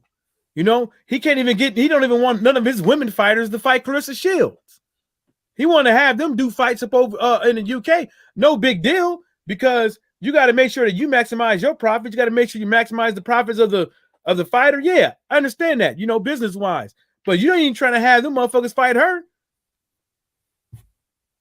You know what I'm saying? That's good for boxing, in my opinion. Anyway, DAZN, you know, I hope they go, because like they're not even like well known in America from what I'm hearing. Like, no, you know, they're not. They're trying to come in. They're trying to muscle their way in, you know, in another country, you know, and they think they're gonna take over boxing. Like Eddie Hearn, like, are you having a laugh? You know, you can't be talking like that in a different country. You know, a country that's well established, a country, you know, that's, you know, that basically runs boxing. You know what I mean? But then he's trying to run the narrative saying, like, you know, we run boxing and stuff like that. So I'm gonna take over. Look, it backfired on him. And all this stuff about paying about $9 or $10 a month, like, that ain't gonna go down well when it comes to making the big fights. Because when AJ was with Showtime, we could have easily seen Wilder against AJ. That fight could have easily been made. So that's why I always blame DAZN for that fight not really happening, because it was kind of obstacle. Because, you know, how are you gonna make that fight unless Wilder signs for DAZN? No, you know, and no way he was gonna do that. They could have. I think there's a way they could have finagled that fight, but they just did. They should have just said they didn't want it. You know what I'm saying? Instead of just trying to put it on the other person. See, they have to see. Folks got to understand is that fight fans understand that, you know, boxing is a business. You know, I'm talking about us. We understand, like, people in the chat room and us. We understand that this shit is a business. We understand that all fights can't be made. We understand that, yes, that the promoters and the fighters should be using their best foot forward to be making these fights. But if all you have to do is say he can't go nowhere because it has to be on his own, blah, blah, blah, with the whoop. This is how much, you know what I'm saying, behind closed doors or whatever. But that's not what they wanted to do. They wanted to make sure that they put that Deontay Wilder wasn't shit, that he was a ducker on Front Street to make Anthony Joshua and Matchroom and Edward Hearn look good as a promoter. And over here in the United States, see, we've seen a lot of bullshit with boxing. We've seen a lot of bullshit with politicians. We've seen a lot of bullshit with their own family members and friends and shit like that. Everybody trying to get over on everybody. So we a little bit of hip when it comes to the bullshit when we know we getting rolled over on. And we smelt it right from the gate. Now, Edward Hearn, remember, the zone is in the UK, and nobody hears this Edward Hearn out there clamoring to get his fighters on the zone in the UK. No, he's not gonna fucking leave Sky Sports. But where the fuck did this whole the zone is the shit? So if the zone really ain't the shit, if the zone was really the shit, then you will be with the zone in the UK. You wouldn't be with Sky Sports. You will be who's the shit, the up and coming, could get the most people up in there to watch your bullshit, your YouTube boxers, which is probably the biggest fight that you ever had on the zone in the US was some YouTube boxers. Not even the real thing. You had a whole bunch of fake fans watching a lesbian porno. Just pillows, no whole bunch of licky, no pal, right? None of this, none of that, right? So it just makes me realize, because Stormy B-Man knows. Stormy B-Man knows this. The zone does put their little commercials out there here and there, right? But but if you're not giving boxing the time of day and making the right fights and getting it like best fight and the best, don't nobody want to hear this shit. That's Stormy B-Man. Don't nobody know who the fuck the zone is, because half the fighters, majority, well, I want to say about 95% of the fighters don't nobody know. They couldn't even make the Canelo Golovkin the third fight. You know what I mean? Well, if you're gonna come to a different country, but I was coming. No, that wasn't gonna come, because they would have done it. They would have done it next. That's the thing. I think Canelo. If you would have read the lawsuit, that shit was coming. When Canelo signed to the zone, it was they wanted the Demetrius fight and the they wanted the Danny Jacobs. I think the Danny Jacobs fight and another Triple G. So why's Canelo leaving then? Why is he leaving? I'm telling you why. The best fights. You know why he leaving? It's not about the best fights. They tried to fucking stiff him. Wow. They tried to fucking stiff him, and then they tried to put on fights that they thought that they was the biggest fights, but they was gonna get the money. See what I'm saying? And basically what happened is, at the end of the day, see, Rocky Fielding, he didn't get no 35 mil from Rocky Fielding. So you had a split. The amount of money that he was getting, Canelo was getting the bulk of it, and Golden Boy was getting like 5-10 mil of it, right? So that was part of the 35. Part of the 35 was that Golden Boy was getting that 5 mil, right? Yeah, so when this COVID, when this fucking and then when this COVID shit happened, right? The lawsuit never stopped. Don't let that dismissal shit fool you. The lawsuit never fucking stopped. You know, I don't care what Raphael Dawkins got to say and all these other guys. The lawsuit never stopped. The lawsuit was moving. I'm trying to tell these guys, like, this is just semantics. So the lawsuit goes on, right? And then the last thing I read was on the 28th of last month. They had some stuff out. The zone put their argument out there. And then next thing you know, Canelo is able to leave free. Now, whether or not Canelo is left free on, like, all parties wipe their hands clean of it, and Canelo's not going to sue for damages or whatever the case may be, I'm telling you, the reason why Canelo was able to get up out of this motherfucker, because they fucking couldn't pay him. They couldn't pay him because remember, all the 400 million that they were promising Canelo, like when he signed, that he ain't getting that no more. They literally tried to come out and bump his shit down to 25 mil. Remember? Mike had the court case papers for it, bro. I've got them. Mike sent them me. They tried to bump it down to 25 million per fight. And they bumped it down to 25 million per fight. Then Canelo was only getting 20. Then Golden Boy was getting 5. But another problem is that Golden Boy never told Canelo how much the actual contract was worth when they signed. Wow. So this thing that he's the face of boxing. So essentially, he could have got more, but it's just awesome bullshit. In my opinion, for reading it, they can't pay him. They can't afford to pay him. So basically, that all the narrative, all the narrative that everyone's been spinning, that Canelo is the face of boxing.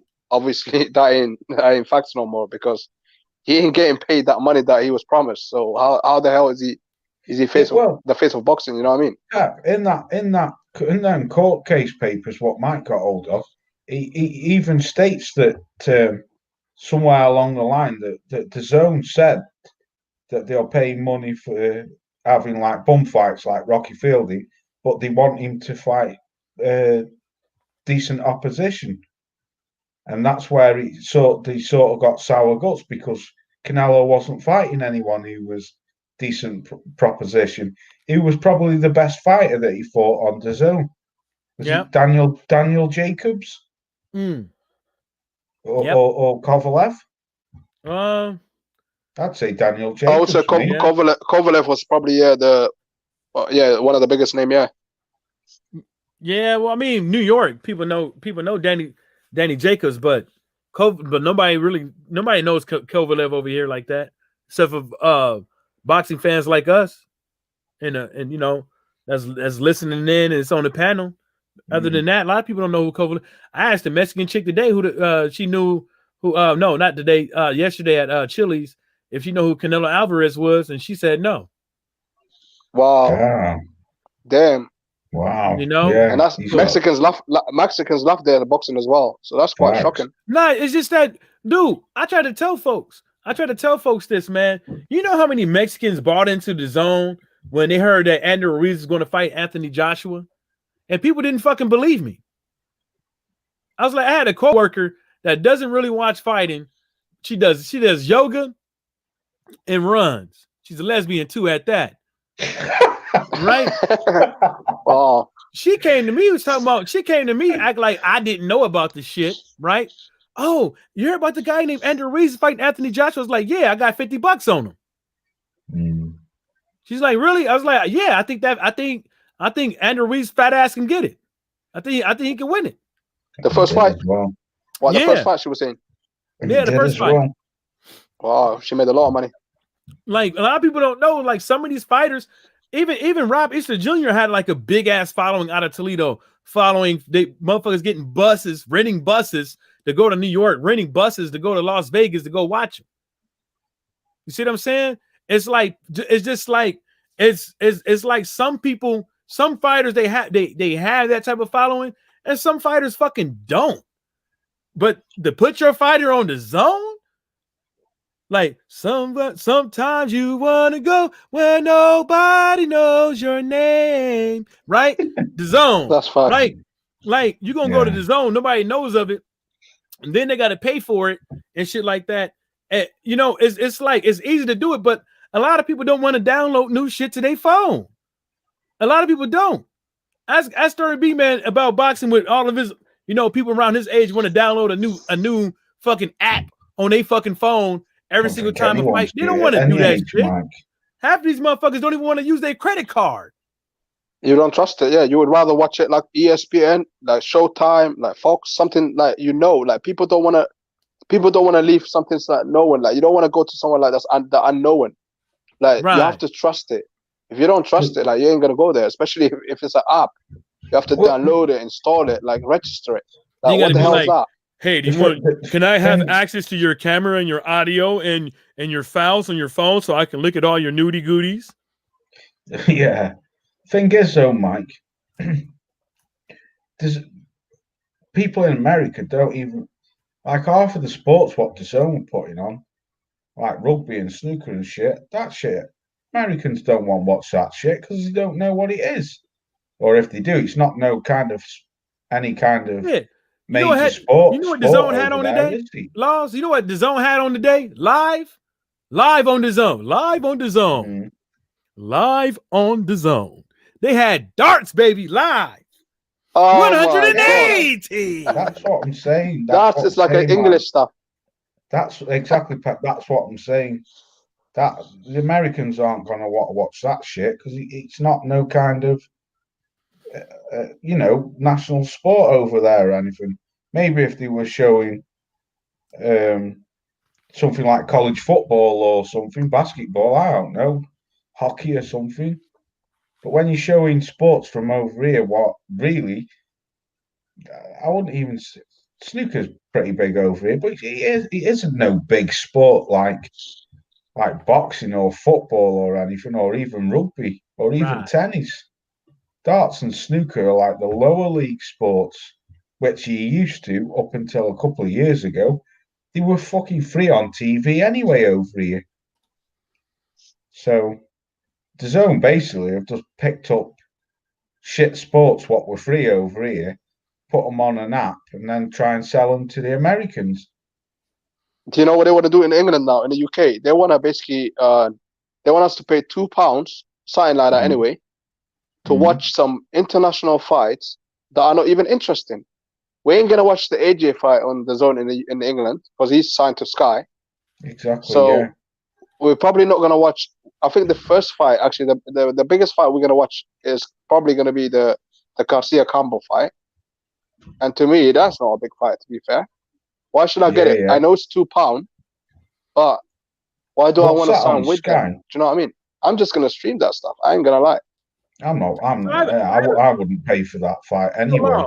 Laws, I have a question. So you've been watching boxing since like the 80s, right? Yeah, since I was a kid, since I was about 8 years old, yeah. So now we in what is it? We're in 2002?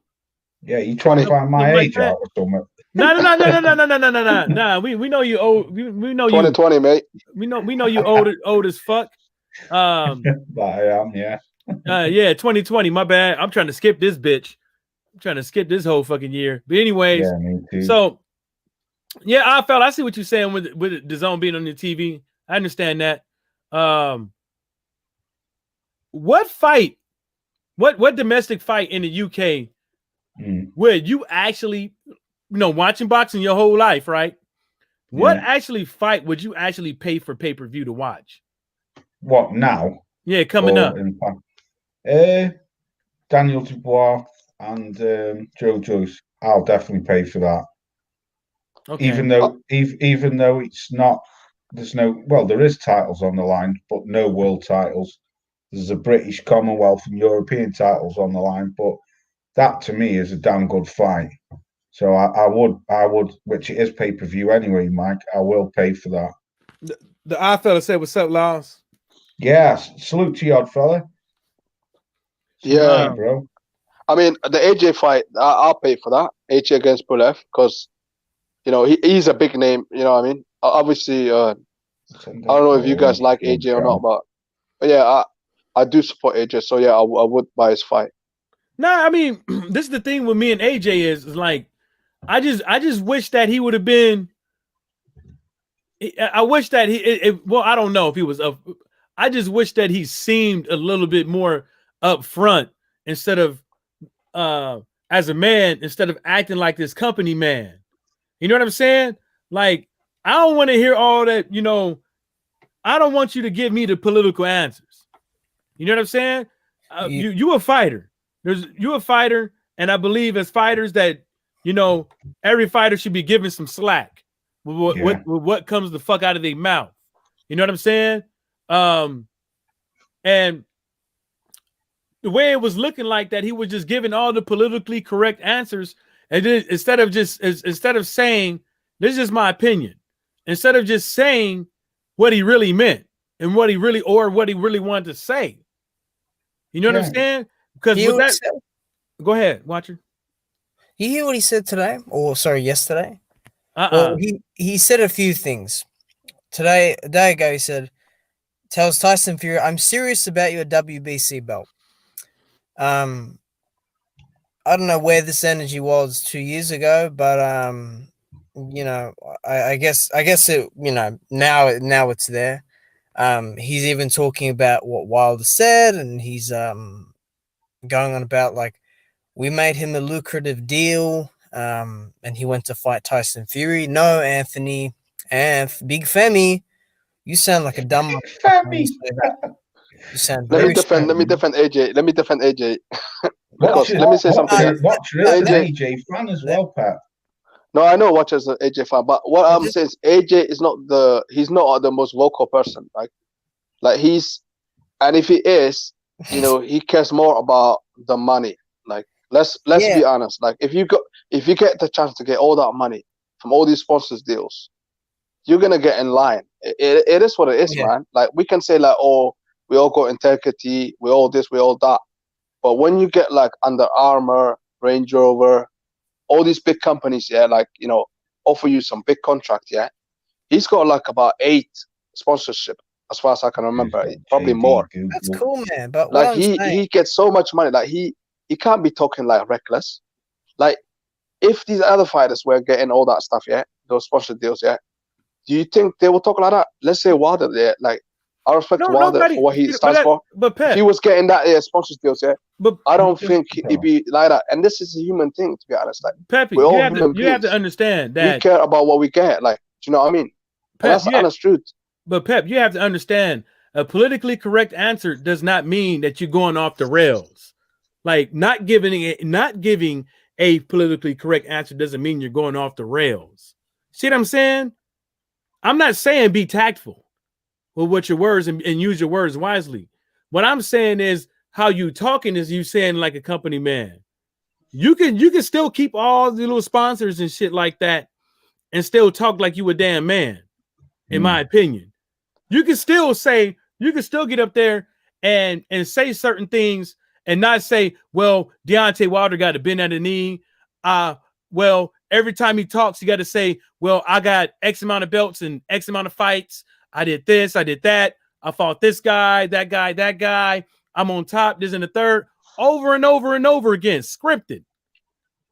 Yeah, being politically correct, being scripted. Right, because what bring Godfellow and Stormy and Tyrone, because they ain't said nothing and watch it. But me personally, that's just AJ just doing what he's doing to sell his brand. Because every now and then, if you get a fucking mad outburst of AJ, he'll say something what he really means. And he gets criticised over here for it off the press. The master race. No, I'm just saying though, every now and then, AJ will say something, and that's when you know AJ's speaking his mind, or he means to say it, but he gets criticised off the press over here. But I do agree with you. Most of the time, he does sound like a company man, which AJ should think more about the boxing than more about the money. But in my eyes, he doesn't. He thinks more about the money than more about the boxing. Because, like you say, that's Eddie earning his head. Let's get all this. I don't know. It is hard to say. What would you do as a boxing? Me personally, I think you should worry about the boxing because the money's going to come anyway if you're good enough. But I'll leave it over to you and Oddfella, and salute Oddfella and bring Stormy in and Tyrone and watch it. Salute Oddfella. Yeah. Salute to the whole panel. You know what I mean? We got a full panel on this, you know what I mean? So salute to everybody on here. You know what I mean? I hear y'all cooking on AJ a little bit. I'm actually a little bit disappointed in AJ in his recent stance, you know what I mean? I gave him a grace period over the, you know what I mean, over the pandemic and that situation where the Black Lives Matter protest was going strong. And AJ showed, you know what I mean, some solidarity, showed me something that I didn't think was there, you know what I mean? But now it seems that's worn off, you know what I mean? The big talks of AJ, you know what I mean? And that showing is kind of worn off, and we're back to the corporate company man AJ. Because in my assessment, it's like AJ, he is the manager of he has the AJ Boxing. He's the owner of that company, which is a boxing management company. And he who's under that boxing management company is a fighter by the name of Lawrence Okolie. Y'all know, y'all are familiar with Lawrence Okolie. Good, you know what I mean? A good looking up and coming prospect in the cruiserweight division. Supposed to be fighting Krzysztof Glowacki on the undercard of Pulev Joshua. But anyways, Lawrence Okolie was in that same training camp with Nicholas Asbury in that Tyson Fury training camp. You know what I mean? And he reported back to Joshua about the situation. You know what I mean? Being that Joshua is like the quote unquote manager or whatever. So Joshua is aware about the cheating allegations and the situation with Tyson Fury. So I'm kind of disappointed that at this stake, you know what I mean? He's, you know what I mean? In a sense, indirectly talking bad on Wilder, but at the same time, still trying to entertain this fight with a cheater like Tyson Fury, being that months back he was showing solidarity with this whole Black Lives Matter. Doesn't Deontay Wilder's life matter in this instance? You know what I mean? So just to sum it up, that's why I'm kind of disappointed in AJ's take. You know what I mean? On AJ's standpoint, you know what I mean, of the whole thing. That's my take. The thing is, though, Godfella, like, you know, like, obviously AJ and Deontay Wilder, they're not in good terms because of the past, you know, going back and forward. And the thing with, you know, Lawrence Okolie, if he, you know, he went to AJ and he said all that sort of stuff, yeah, like, what can AJ do? Like, does he come out and does he confront and does he tell Deontay Wilder? How does he do it? Because he hasn't got a good relationship with him. How does he go about it? You know what I mean? And does he? So when two people don't really like each other, because we know they don't really get along, like, he'd be like, I don't care. Like, it's up to them. They're fighters. Then they don't sit where we sit. What you're saying, like, but we're this from is the the outside. same man. This is watch out. This is the same man that allegedly said, you know what I mean, the things about being the master race. You know what I mean? Being a superior race. Now all of a sudden you can't tell, you know what I mean, your next brother who's part of the superior race that, you know what I mean, I don't like to I believe what happened, you know what I mean, or talk over it with your fellow brother. It doesn't make sense to me, you know what I mean? Yeah, but how does it do it though? How does AJ do it? On before that, but what real beefs did they have before, other than, you know what I mean, the fictional beefs that have been derived by the media and by promoters like Eddie Hearn?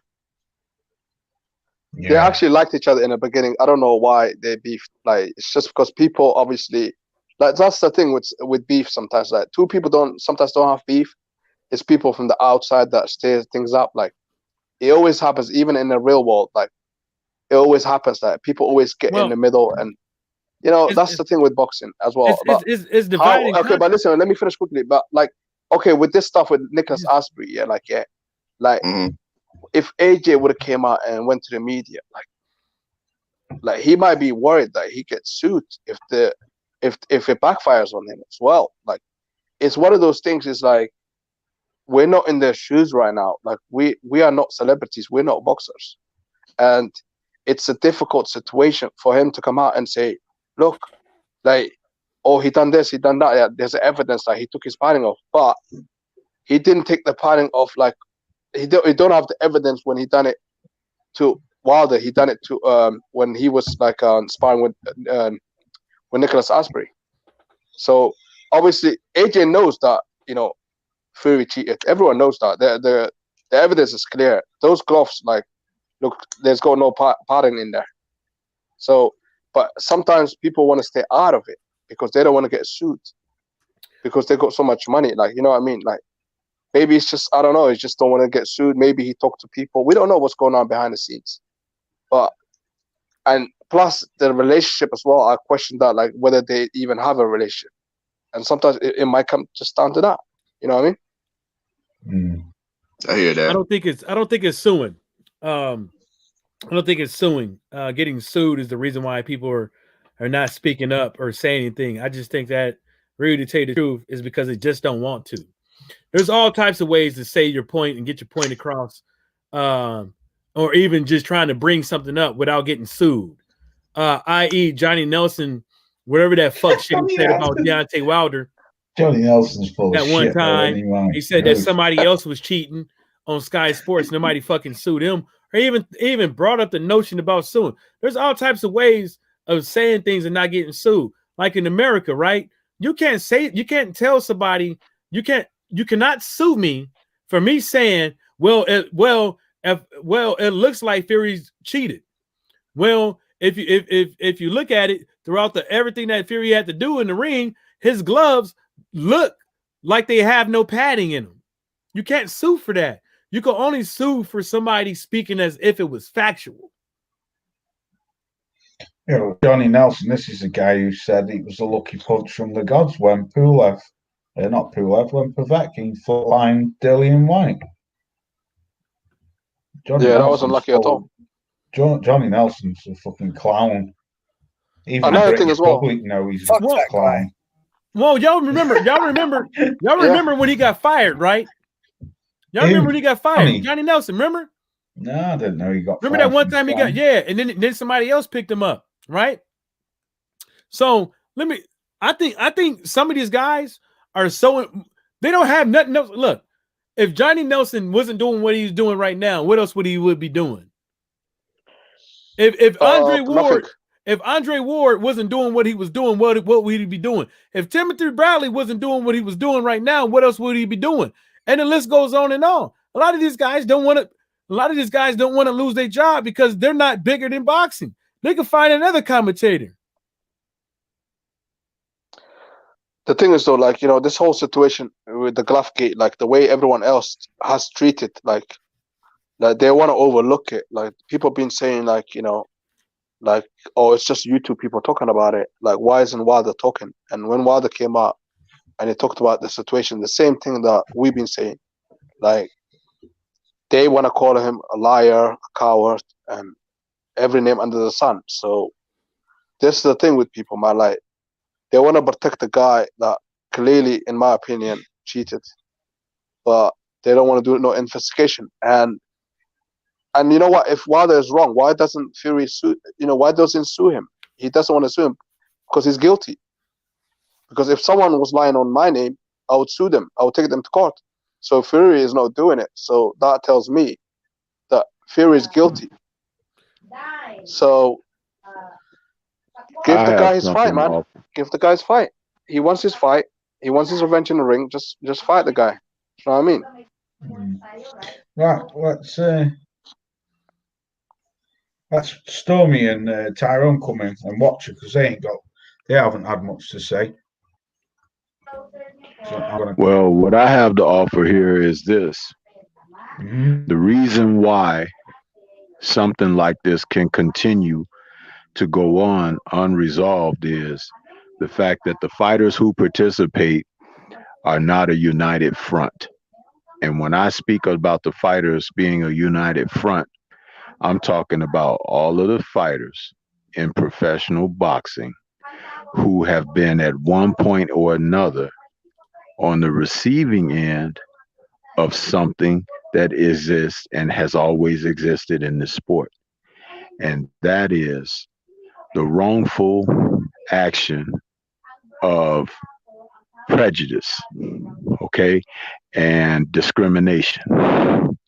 Fury now happens to be the one at the top of the division who remains undefeated.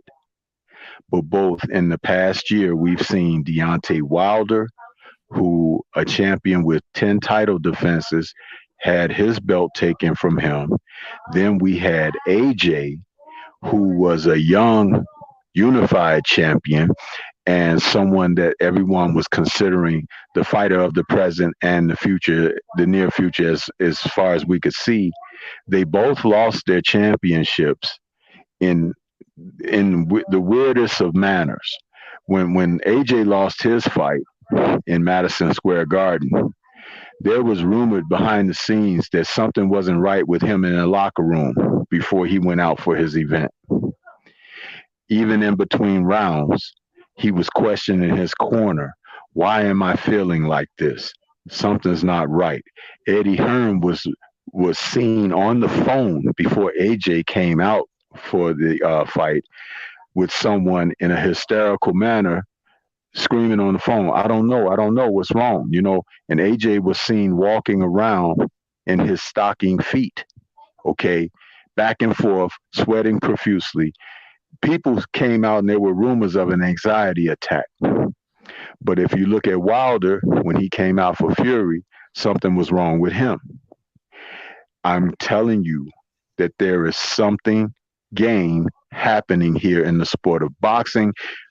Many of you haven't been able to put the pieces together. Drew Titan and I did a show on this, and nobody said much of anything, didn't even take it to heed. But you lost 2 champions, okay, in the past year, and one guy now sits on top of the division who has been seen as a cheater in the past, okay, a recognized cheater, but he's still undefeated. He has a championship now, and he has not fought one man outside of Deontay Wilder, who's a top 10 heavyweight. But yet and still they've tried to sell him as the best thing since Muhammad Ali. Well, Muhammad Ali, if I check my history, was never a freaking cokehead, okay? Or a PED user or a cheat. He stood up for his people, and that's why they took his license from him, okay? For 3 years, they took his prime away from him. So if you think what is happening currently is something new, hell no, it's not new. This is something that has gone on. But what is worse is that the men who participate in the sport disparagingly stay separated and not unified as what they are, men of color. Okay? I'm saying it for what it is, because it exists. And the more that you try to sweep it out the back or under a rug, the more smoke you get outside your back door and the lump under your rug. You can't get around this. And as soon as the men begin to realize this, as it was stated in this conversation earlier, AJ is aware. Okay? I don't think Deontay was aware of AJ's situation, but you know that AJ is aware of Deontay's situation. And why? Because they're competitors in the sport, which is what it's all about, right? Competing, but they can't have a discussion. Remember, Deontay said he tried to talk to AJ behind the scenes when they were trying to work out a deal. Remember the request for $50 million, which would have solely went as a guarantee to AJ? Who stood in front of that? Matchroom and the Hearn family, because that wasn't their money. It was going straight to AJ. So because it was going to go to AJ and build his personal generational wealth, they nixed that, okay? They told him, no, not without us. You don't make a move like that. He could have been the undisputed champion of the world with the $50 million guarantee, with pay-per-view gate guarantee, and everything else that goes with the trimmings. They robbed him. Okay? Deontay didn't downplay him or talk about him or anything. He just said, man, I tried to talk to the guy. But yet and still, AJ's riding around in golf carts with orangutans. Okay? But Deontay tried to deal with him on the up and up. If they had opened up the lines of communication, maybe this wouldn't have happened to either of them. Because the game is going to continue to be played. They brought Larry Merchant's racist ass out of the damn tomb the next morning when Tyson Fury was victorious in that match. And he said he woke up with a smile on his face today. For what? Of course. It was Larry Merchant said, was Deontay Wilder the last black hope? How disrespectful can you be? Okay? Yep. Now, remember, it was Larry Merchant who was sitting right there in the press room when Larry Holmes, who they took his decision against Michael Spinks in their first fight, he was going to tie Marciano's 49-0 record. And he said, as long as black fighters continue to fight as they are, there won't be a white champion. So Larry Merchant, he remembered those words of Larry Holmes. And it took him 30 plus years to come back because the black heavyweight champion of the world finally lost to gloat. What is that telling you? The WBC, even though Deontay represented their company very well, their sanctioning group, they said, there's nothing to investigate this. How can you taint one of the greatest fights of the century? Why? How is it the greatest fight of the century? Because Tyson Fury won? We've seen 5 or 6 fights through the year that were better than that fight. But that was the fight of the century because Tyson Fury was victorious? And there's no chance he may have cheated when he's a freaking cheat? Don't forget, he gypped Vladimir Klitschko out of his rematch.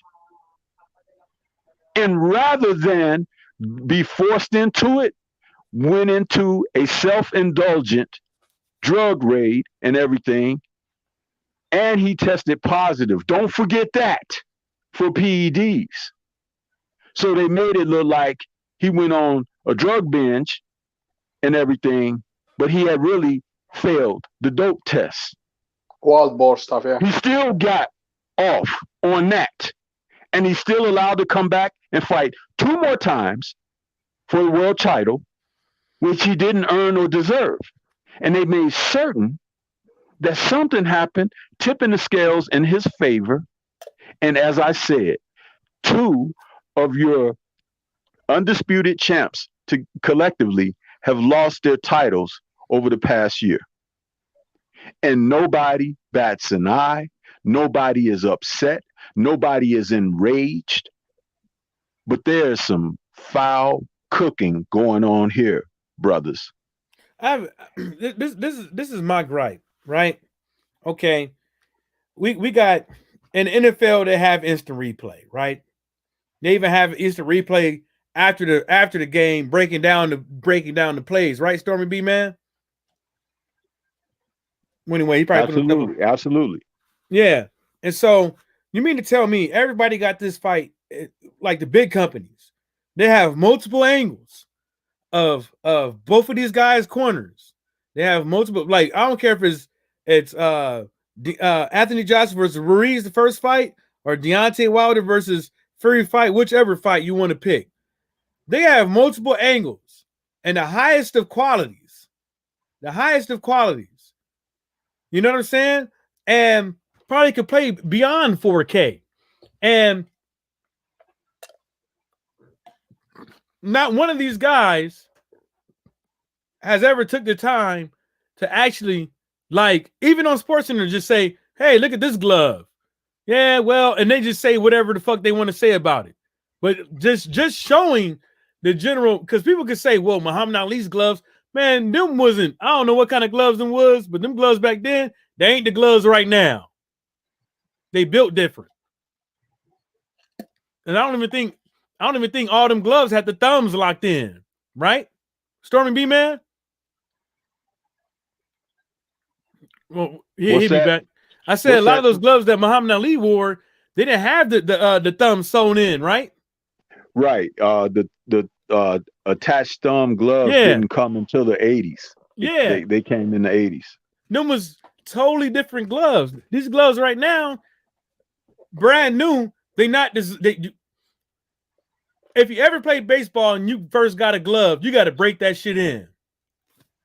A brand new glove, a brand new piece of leather is not going to move like that, especially when you got foam in there. You got a jam pack with foam, horsehair, and all that other shit, cotton. Whatever you want to put in the motherfucker. Well, I don't think they use cotton anymore. I think they just using foam and horsehair or a hybrid of the two. But nobody wants to sit up over here and the people that's supposed to do this shit and debunk this shit ain't doing it. But if we could see with our own 2 eyes, and if people could see that don't even watch the sport of boxing, could watch Tyson Fury's glove and watch everybody else's glove in boxing and see that it's not moving at no fucking 90-degree angle.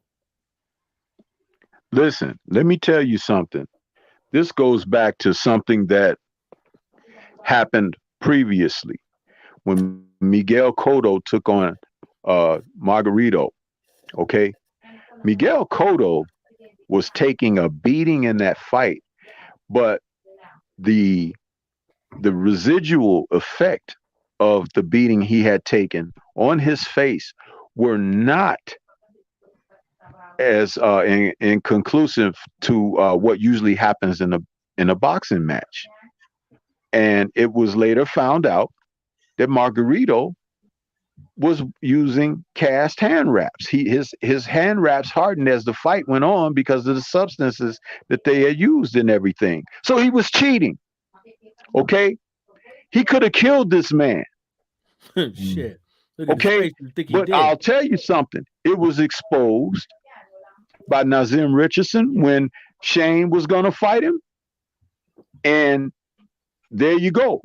Unfortunately, they had to rewrap his hands and everything for the fight for Shane, and Shane knocked his ass out. Okay? But you're talking about a guy who was not doing this his whole career. It was something that they came across, and as they began to, climb that ladder of success, they saw that they were effective in doing these things. So again, Miguel Cotto paid the price for that. Yes, he was able to come back and defeat him in the rematch, but the damage had been done already. Okay. Felix Trinidad, same thing. In his fight with Oscar De La Hoya, people were talking about De La Hoya ran the last 4 to 5 rounds away from him. De La Hoya quietly admitted that he thought he was out front, but he said he had noticed that Trinidad's punches were getting harder late in the fight. Now, it was later exposed by Nazim Richardson again when he was about to take on Bernard Hopkins, the hand wraps. They had to do it over. And guess what? It was found out that Felix Trinidad was dipping his wraps in cold water, which over the course of the fight, inside those gloves, they harden up like a cast. Damn. I can't tell you how many people that Trinidad may have gotten away with that with, but I'll tell you 2 fighters who he fought that were damn good fighters.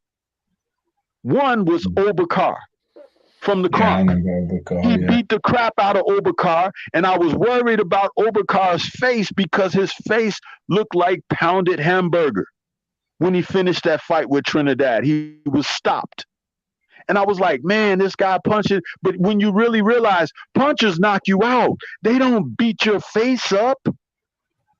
You either take a shot and you go down, or you take a shot and keep going.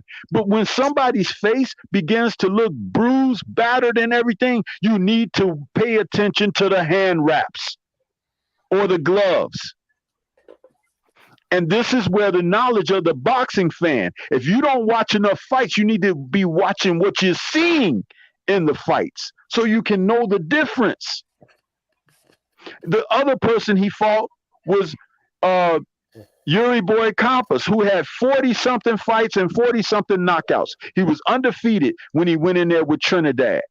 Trinidad did the same thing to him. Come the 7th, 8th round, Yuri Boy Compass' face began to look like hamburger, like the other guys. His nose was busted really bad. His mouth was busted really bad. And Trinidad was just banging him out of there. But it wasn't like from power to knock the guy down. He was taking a battering. When you see that, think about it. George Foreman, Ernie Shavers, 2 of the hardest punchers in the history of the heavyweight division. When they knock people out, they knock them the hell out.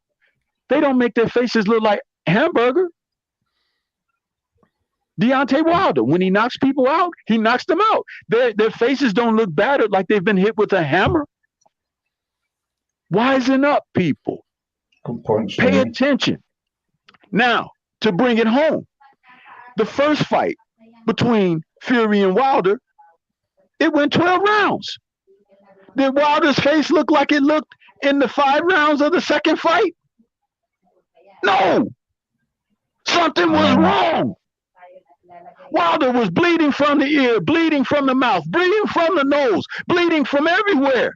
If Fury hit him below the belt, he'd be bleeding from the ass. You understand? And then you think about it, in 12 rounds, he didn't look like that of the first fight. Something was wrong. When this kid discovered that his sparring gloves had shit falling out of them and an egg weight came out of the gloves as well, Deontay Wilder said his physician said he had an injury that was not conclusive with boxing. It was something else. Something had to be in the glove. Why couldn't an egg weight be in his boxing glove? Because it was in his sparring glove. The guy showed you on video camera. We have to be more vigilant in what we're seeing, and don't give these freaking cheaters, Tyson Fury, Sergey Kovalev, the damn Triple G, all of them. Pay attention to these guys, because that's the only way that they can defeat our champions, by cheating and having the powers that be back them and having the media be silent on it. That's why our voices on these platforms such as this, our channels and content, should be ringing the alarm. Because the time has changed and we have to change with the time. We can exploit all the bullshit now. There was a time when only they can cover the things up. But we can pull all the damn curtains back and pull all the dresses and skirts up and show all their privates.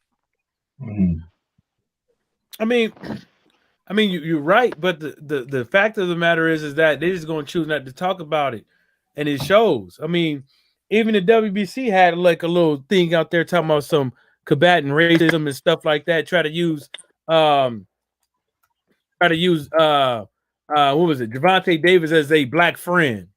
You know what I'm saying? Look, we got black friends right here, but they didn't sit up over here and come out with the whole thing on why people are saying this. That some of these motherfuckers be seeming like they own some type of racist stuff, you know. But at the end of the day, they just not gonna talk about it. Everybody and their mama, from Showtime, Sports Center, all these promoters and stuff like that, everybody could just say this one thing. They can say this one thing. It don't matter if the trainer is in there. It don't matter if the commission's in there. If somebody really wants to cheat on their gloves, they're going to cheat with their fucking gloves. Somebody really wants to cheat with their hand wraps, somebody's going to cheat with their hand wraps. And that's what it is. And it's not only the gloves, to be honest. Like, I think, like, when he was walking to the ring, he looked dizzy as well. Like, it's not even the gloves. Hold up. Because look, I only want to keep it to things that I can actually see and I can prove. You know what I'm saying? I don't want to sit up over here and say that he was drugged and stuff like that when I can't 100% no doubt prove and say that he was drugged. I can 100% prove and say that there is something wrong with Tyson Fury's gloves. Because how come his gloves looks different than everybody else in a professional bout? See what I'm saying? Like, I can literally see it I can see the gloves in my eyes. I can see his gloves from the first fight. I can see his gloves with other fighters. I can see his gloves back in his first fights. I can see that. I can see other people's gloves. Well, how come Margarito got into the ring with plaster? How come some people remember are that one educated dude on what to look at, Mike? That's the honest truth. Nazim Richardson was from the old school. He knew what to look for and how to look at fighters and their trainings and their camps. That's what is missing. Remember, when you hear me talk about it, and I say it all the time, these trainers of today are shit. You have to watch your fighter like you're watching over your newborn baby. Okay? You've heard of sudden death syndrome, right? With babies. And there are people who have children born that are under that critical period of time that they have to really be watched. That's how trainers are supposed to be looking out for their fighters. And Nazim Richardson was that type of trainer. He was old school. But when I say these things, people laugh and they say, "Oh, Stormy don't want to give guys credit." Well, I don't give these guys credit when they allow this type of thing to happen to their fighters. It's not supposed to happen. Remember, you tell me the first and only time that a sanctioning body or the what do they call them, the officials catch the cheaters. Freaking never. The referee, hardly ever. But there was that one referee in that fight that Fury had that caught his glove right before the first round. He looked at his glove and was like, "Hey, what is this? No. And they held the fight up for almost 30 minutes because he had to get his hands rewrapped and his gloves retaped and everything. So kudos to that referee for not letting that take place. But even Wilder said that damn Kenny Bayless came to his dressing room, smelled like he had alcohol on his breath, and was looking at him in a remorseful way. And you know when somebody give you that look, when it's a look of uncertainty, when they have that look in their face, and you kind of wondering like, what's up with old boy? Okay? He's seen that man before, and he said there was something uncertain. But this was a collective affront against him. The powers that be that allowed this to happen because they didn't want this man to come out of that fight as the victor. And they worked their magic, which is why I said we need to be more vigilant in attacking this situation and not letting it go away, not ridiculing Wilder and calling him a B and all of that like some other people have done. Because if it happens to your favorite fighter or someone that you know that you have a relationship with that's a professional fighter, it becomes real then, doesn't it? But as much as I love and adore the sport, I don't want to see it happen to anybody. Facts. Luis Resto. Just let me bring in this guy, Edge Note 50 TV. And Tyrone can talk as well because he hasn't said much. Yeah, and Tyrone, because I'm going to get off in a bit. But Tyrone don't be saying shit. He be sitting in the cut. He'd come in and hate. Edge Note, what you got to say? Hey, I'll come in mid conversation, so I don't know the whole story of what you guys are talking about. We're all right. About Tyson Fury and his whole Tyson Fury's problems, basically. Tyson Fury, what's happening with Tyson Fury? We all think he's a cheat. Are you talking about what Deontay Wilder said? No, we ain't talking about what he's in regards to what the. We're not talking about what Tyson. We're not talking about what Deontay Wilder said. We're talking about what we see with our eyes. Wow, what's happened? What did you guys see? I mean, of course, you know what we saw. No, I mean, like I don't know. Like you're saying he's cheating, but like, no. What I'm saying is, I know you have a box. I know you listen to boxing. I know you know we talking about his gloves. We know we talking about like his glove where his fist is supposed to be, where it ain't.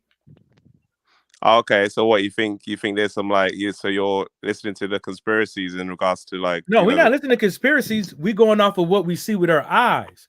All these faces that you see on this panel, we watched the fight, we rewatched the fight, we looked at it, we slowed it down, we stopped it, we did all that. See what I'm saying? Yeah. And the guy in the middle, Story B Man, he's actually a trainer. So we have a resident expert on the matter of, and I even asked one of my homeboys that's a boxer. He just started professionally boxing. He said, hell nah, my gloves are tight. And he even looked at the picture. He was like, no, I'm not wearing gloves like that. My gloves are tight. So if that's the case, like at the end of the day, like, Deontay Wilder should be sacking his whole team because Jay Diaz was there when they wrapped the hand wraps in there. Well, and at the end of the day, when you think about it, like if the allegations, what you're saying is true, it takes ages. It takes a very long time to do hand wraps and wrap your hands. And then if Jay Diaz saw like nothing was going into his gloves at the time when the commission, everybody there was watching the hand wraps, you're trying to say that during that period of when Jay Diaz left and the commission was there, he had the time to undo his hand wraps, put something into his gloves, put it back in, and go back into the boxing ring. I mean, I don't know. I'm not no magician. But can I interrupt real quick? Tyson Fury ain't that fast. Can I interrupt real quick? The argument really ain't the hand wraps, but that's the reason why I asked you a few questions before you went, because obviously you know what we're talking about. So and then you no, just I mean like hold up, and you just proved that to me that you know what we were talking about. So and you even because you guys mentioned the gloves. Hold up. I didn't mention anything foreign in his gloves. You did. No, but when you said the gloves, then afterwards, then I know that what you're talking about was the allegations. But I didn't know. Before you mentioned the gloves, I didn't know what you could have been. You could have been talking about the drugs, because we were talking about the gloves. What's the gloves got to do with drugs? No, because you're saying cheating. So there was allegations before that Tyson Fury was taking performance enhancing drugs. So that's cheating. If you believe that at the end of the day, well, that's a good point. If Tyson Fury did cheat with his gloves, then he should be looking at his whole team and stuff like that. But we all know that JD is really not that. He's experienced, but not experienced with a lot of the cheating in boxing. If you actually look at his background of what he knows about boxing, yes, he did get Deontay Wilder a bronze medal, helped get Deontay Wilder a bronze medal in the Olympics. Yes, he did win an award for being a trainer, for taking a guy with no boxing background and winning that type of medal in the Olympics.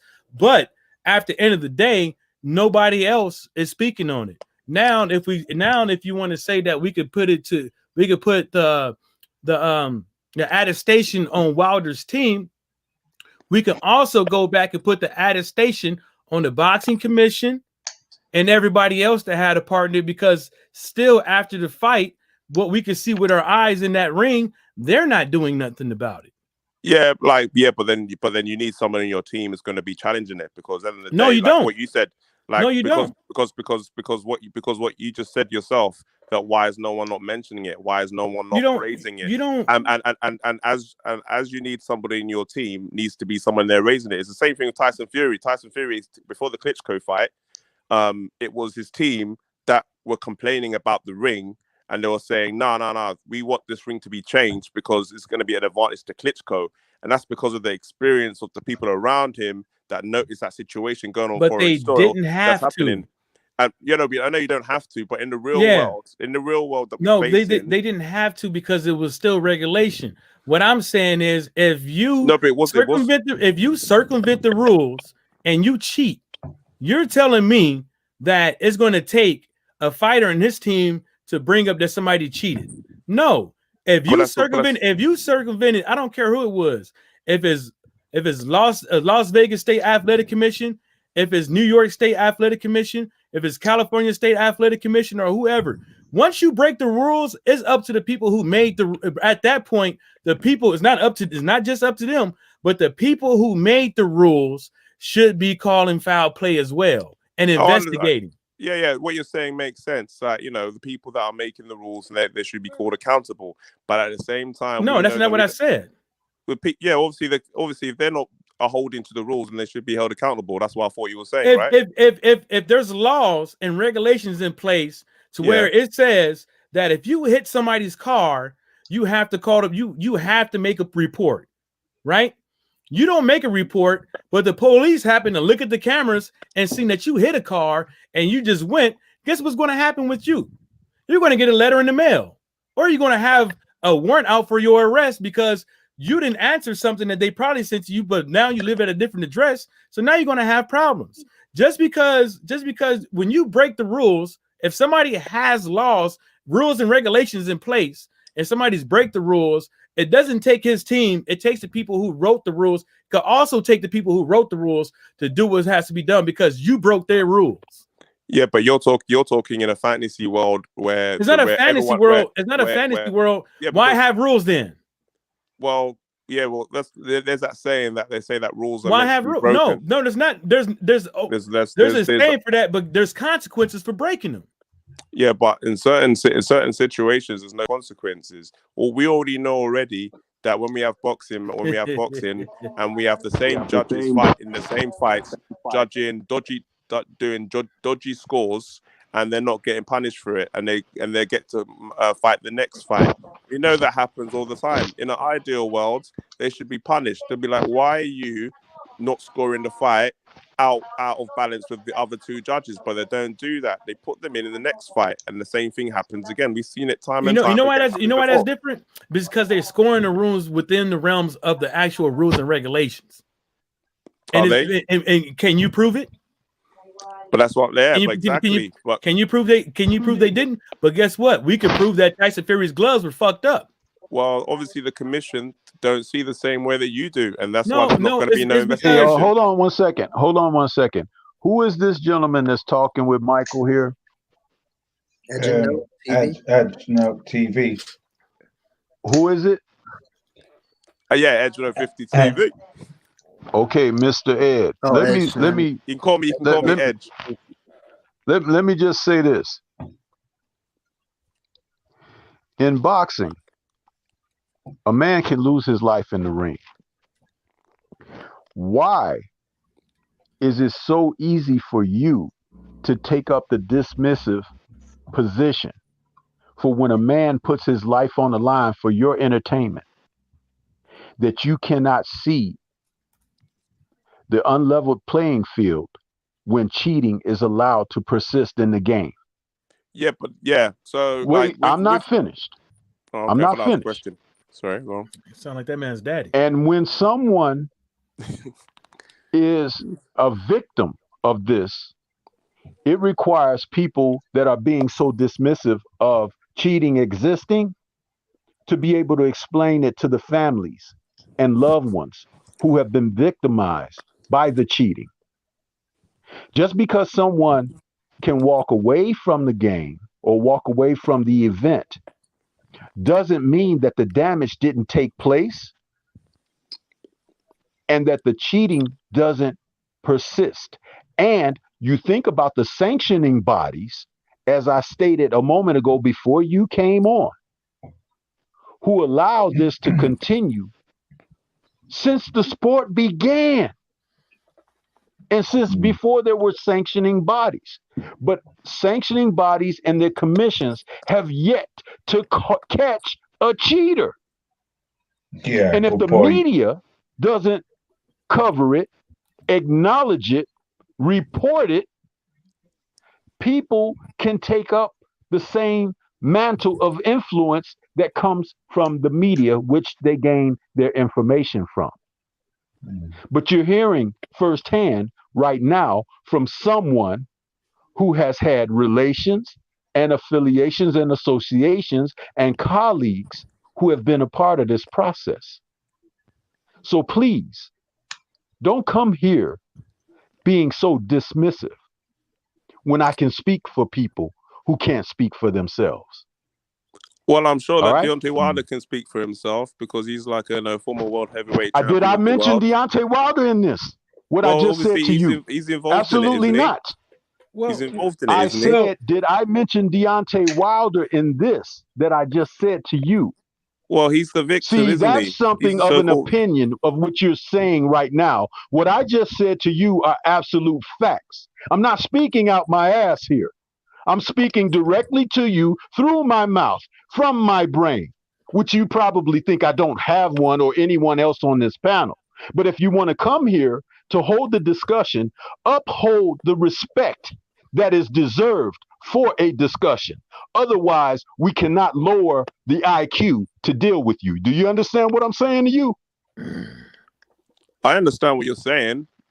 So the whole point of this is to have a discussion, right? And discussion means having, like I said, if you want to come and be absolutely dismissive and disrespectful, we are not allowing ourselves to lower the IQ for a discussion like that to take place. I have a question for old boy. So what is this? Is this a discussion? Hold on. No, leave it alone. Don't, because you have to understand is that, we all want a dialogue, right? But you can't keep going back and forth with Stormy B, man, and expecting to have a good outcome with this. Just let it be.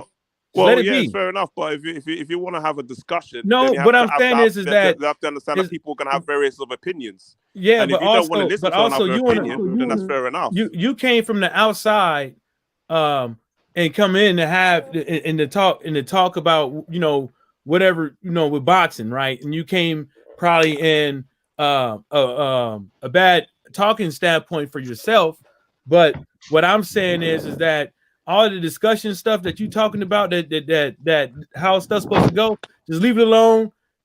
Eventually we get to the next subject, you're gonna be able to speak, but going back and forth with him on that is not going to help out nothing. Well, no, fair enough. If he doesn't want to have a discussion about it, that's fair enough. If you don't, but that's what I'm saying right there. You said if he leave him doesn't, alone, isn't he? I don't know. Leave him alone. What do you mean? He asked me a question. He asked me a question. He asked you a question. But I'm saying so what? I answered a question, and now I said leave him alone. Like, what? Wait, ask me a question if he doesn't want me to answer it. Do you know what I mean? If you look back at what you're saying right now, you're creating an argument. Right. With somebody. Why am I creating an argument for answering a question that he asked you're not, me? Man, he asked me a question, didn't he? I don't know. Am I confused here? I don't know. He just asked me a question, so I answered it. I don't know why. Let me ask you a question. Edge Note 50. Do you want me to answer the question because I'm getting yeah. No. I want you to answer the question. Okay. Well, if everyone wants me to answer the question, I'll answer the question. Yeah. You think Tyson Fury cheated? And or not, do you think he cheated? I don't think he cheated. Okay. Right. Can I ask you another question? I was just going to ask another one, but go on. No, go ahead. Go on. I'll piggyback off yours after. Right. So, do you think the second fight looked bizarre? In regards to what way? The result. Not really, because I predicted it before the fight happened that was going to happen. Why? Because of how the ending of the last fight went. As soon as he got up from the last fight, then he took over the fight, dominated from the front foot, and he was winning the final round of the last fight. And I predicted in the second fight, he's going to carry on doing what he was doing at the end of the last fight. And if he did, Deontay Wilder won't be able to handle fighting on the back foot, which exactly planned out. I didn't think he was going to be as easy as it looked, but I knew that it was going to end the way it did based on the ending of the last fight. Okay, would you say it should be that stark? Sorry? I said, would you say that the outcome should be that stark? Did Fury even look troubled in that entire second fight?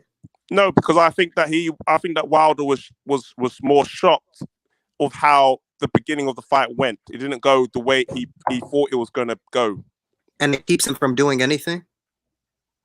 Yeah, because when you're getting hit and you're getting bullied, because you have to remember when he came in heavier.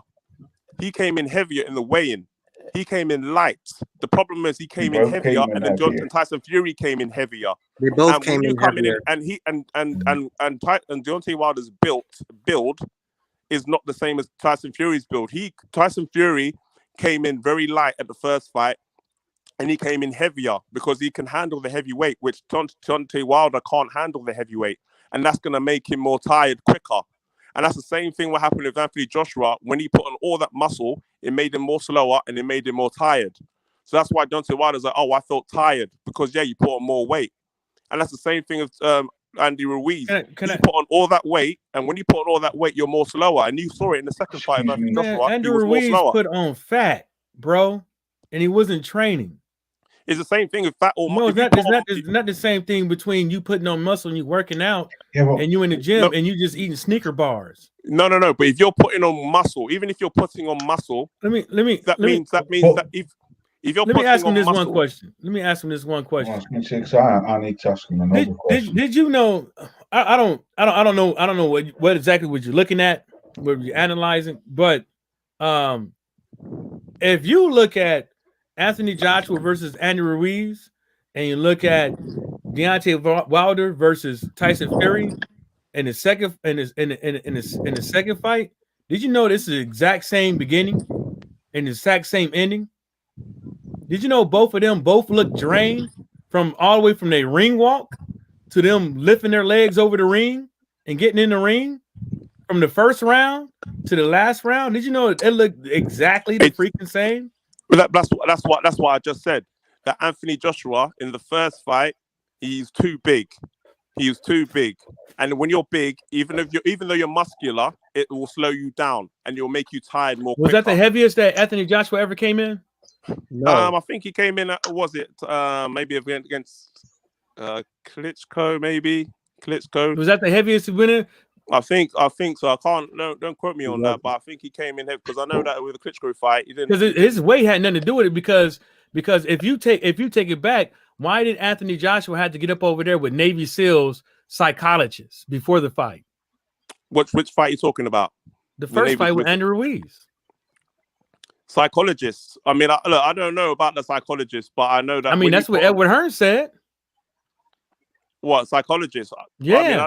I mean, lots of sports people That's have what Edward Hearn said. Psychologists. That's what Edward Hearn said. I mean, lots of sports people have sports in an psychologists. Interview So on live TV.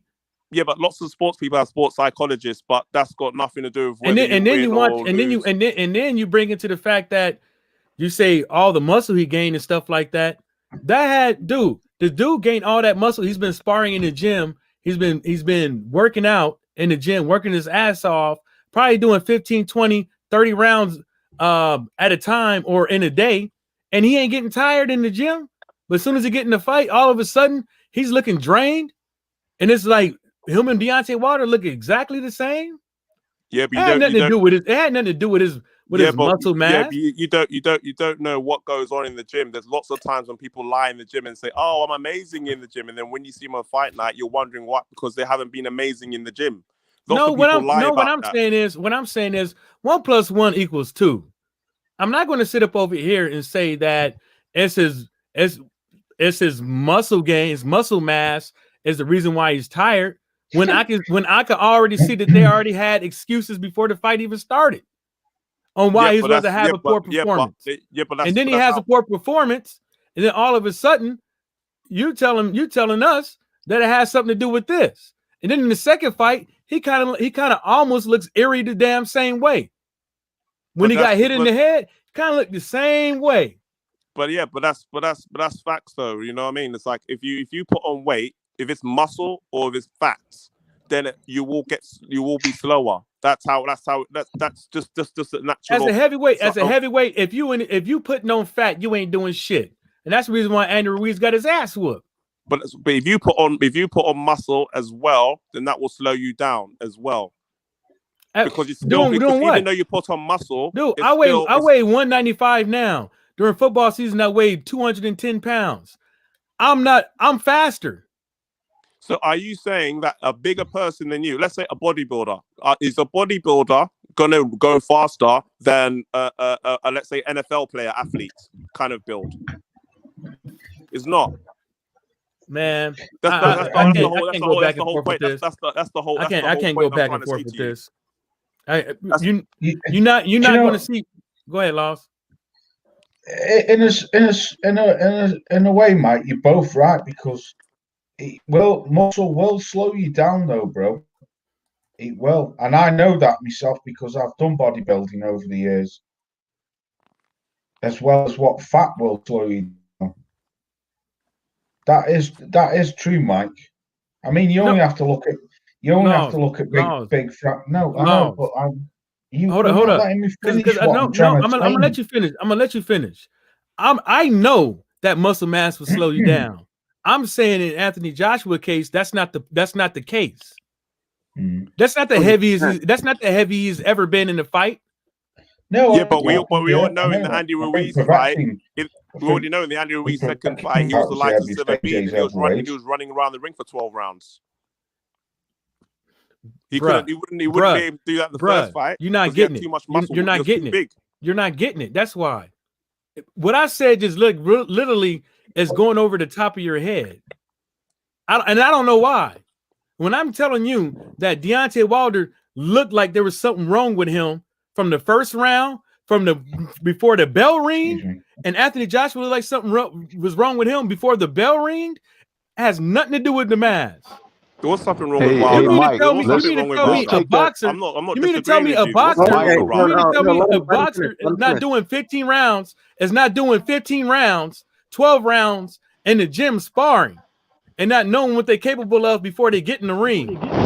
That's like me. That's like me not practicing to play a full game of football and then getting in the game and not knowing how far I can go. That's absurd. But Mike, I Hey, actually pointed out there were more similarities. I pointed out the fact that there were more similarities than what Mike just said. Not only was it what took place in the locker rooms of both champions in both fights, but the behavior was extremely similar. Okay. AJ was in his locker room, pacing around, sweating profusely. Rumor had come out that he had an anxiety attack. But during the bout, he was asking his cornerman, why am I feeling like this?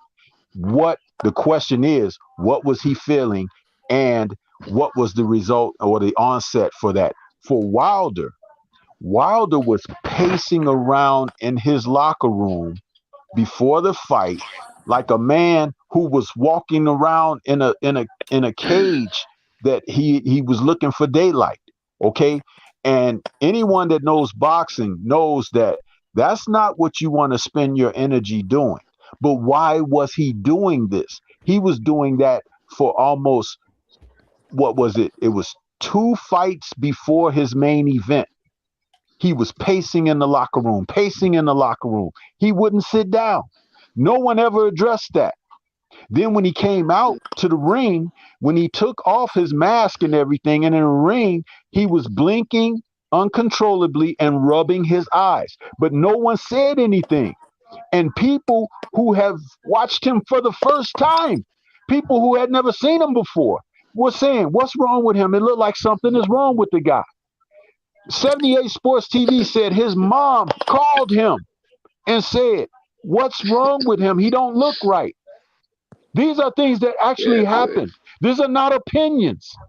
There was something going on. Now, what was going on? He was about to get I don't know. He was about to get his ass whipped by Tyson Fury. That's what it was, man. That's Tyson Fury was about to get his ass whipped by Tyson Fury. Would make you do that. And also Anthony Joshua, it's the same thing. When he got his with Anthony Joshua, when he got pinned up by bloody Ruiz, hold up, homie. His ass was done up as well. Like, hey, hold up, homie. Trainer. Hey, who are you? My name's there. No, I can't see it. You don't know my name? My name's right there. No, I can't see it. Yeah, man, he got pinned up. He got pinned up, man. Let me tell you something about EJ Boxing Live, bro. Like, let me tell you something. Right here. No. Hold on. I'm talking. No. You listen. Hold on. I asked you a question. Now you're getting all confrontational, man. We don't need all that stuff in here, man. Go somewhere else. No, go somewhere else. Nah, go somewhere else. Take your ass somewhere else. Take your ass. I don't care. I don't care. Take your ass somewhere else. Nah. Because you up over here running your mouth and shit like that. I asked you what your name was, and you get all confrontational. All you do is tell me your name. I can't see your shit. I'm on StreamYard. Keep running your mouth. Hey, Lusty, mute this guy. No, he ain't gonna mute me. He gonna mute your bitch ass. I'm not gonna mute you. This guy talking to you, man. Like, let me say my piece. Hey, bro. Man, fuck your piece. How about that?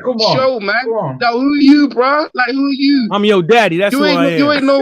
Hey, bro. I'm gonna talk my piece. Go somewhere else. You can talk your piece. I'm gonna talk my piece, bro. What your name was? That's how we gonna be.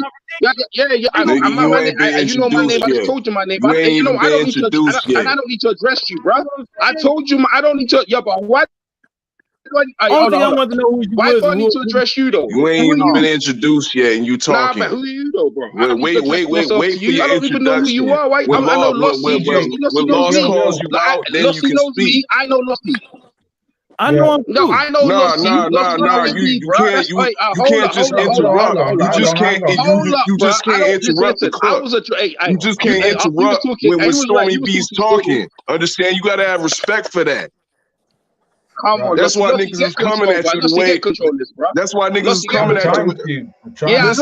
Listen, you gotta be introduced first. Ain't nobody trying to be hearing what you talking about right now. And I jumped in with, hey, hold up, bruh. Come on, man. Why are you talking? Why are you talking? What is this? Some gang up thing? Yo, handle this guy and get him out of here, man, because he has no respect for the panel. My man Stormy was talking. I jumped in, and then he could have rebutted back. That was it. But hold up. My name's there on the thing. Everyone can see. If you can't see it, then okay. But what I'm trying to say to you is that what people can't talk. I mean, what is this, bro? No, you can talk. I came in there because Lossie's hangout. No one else. I'll have to address myself or tell you anything to no one else.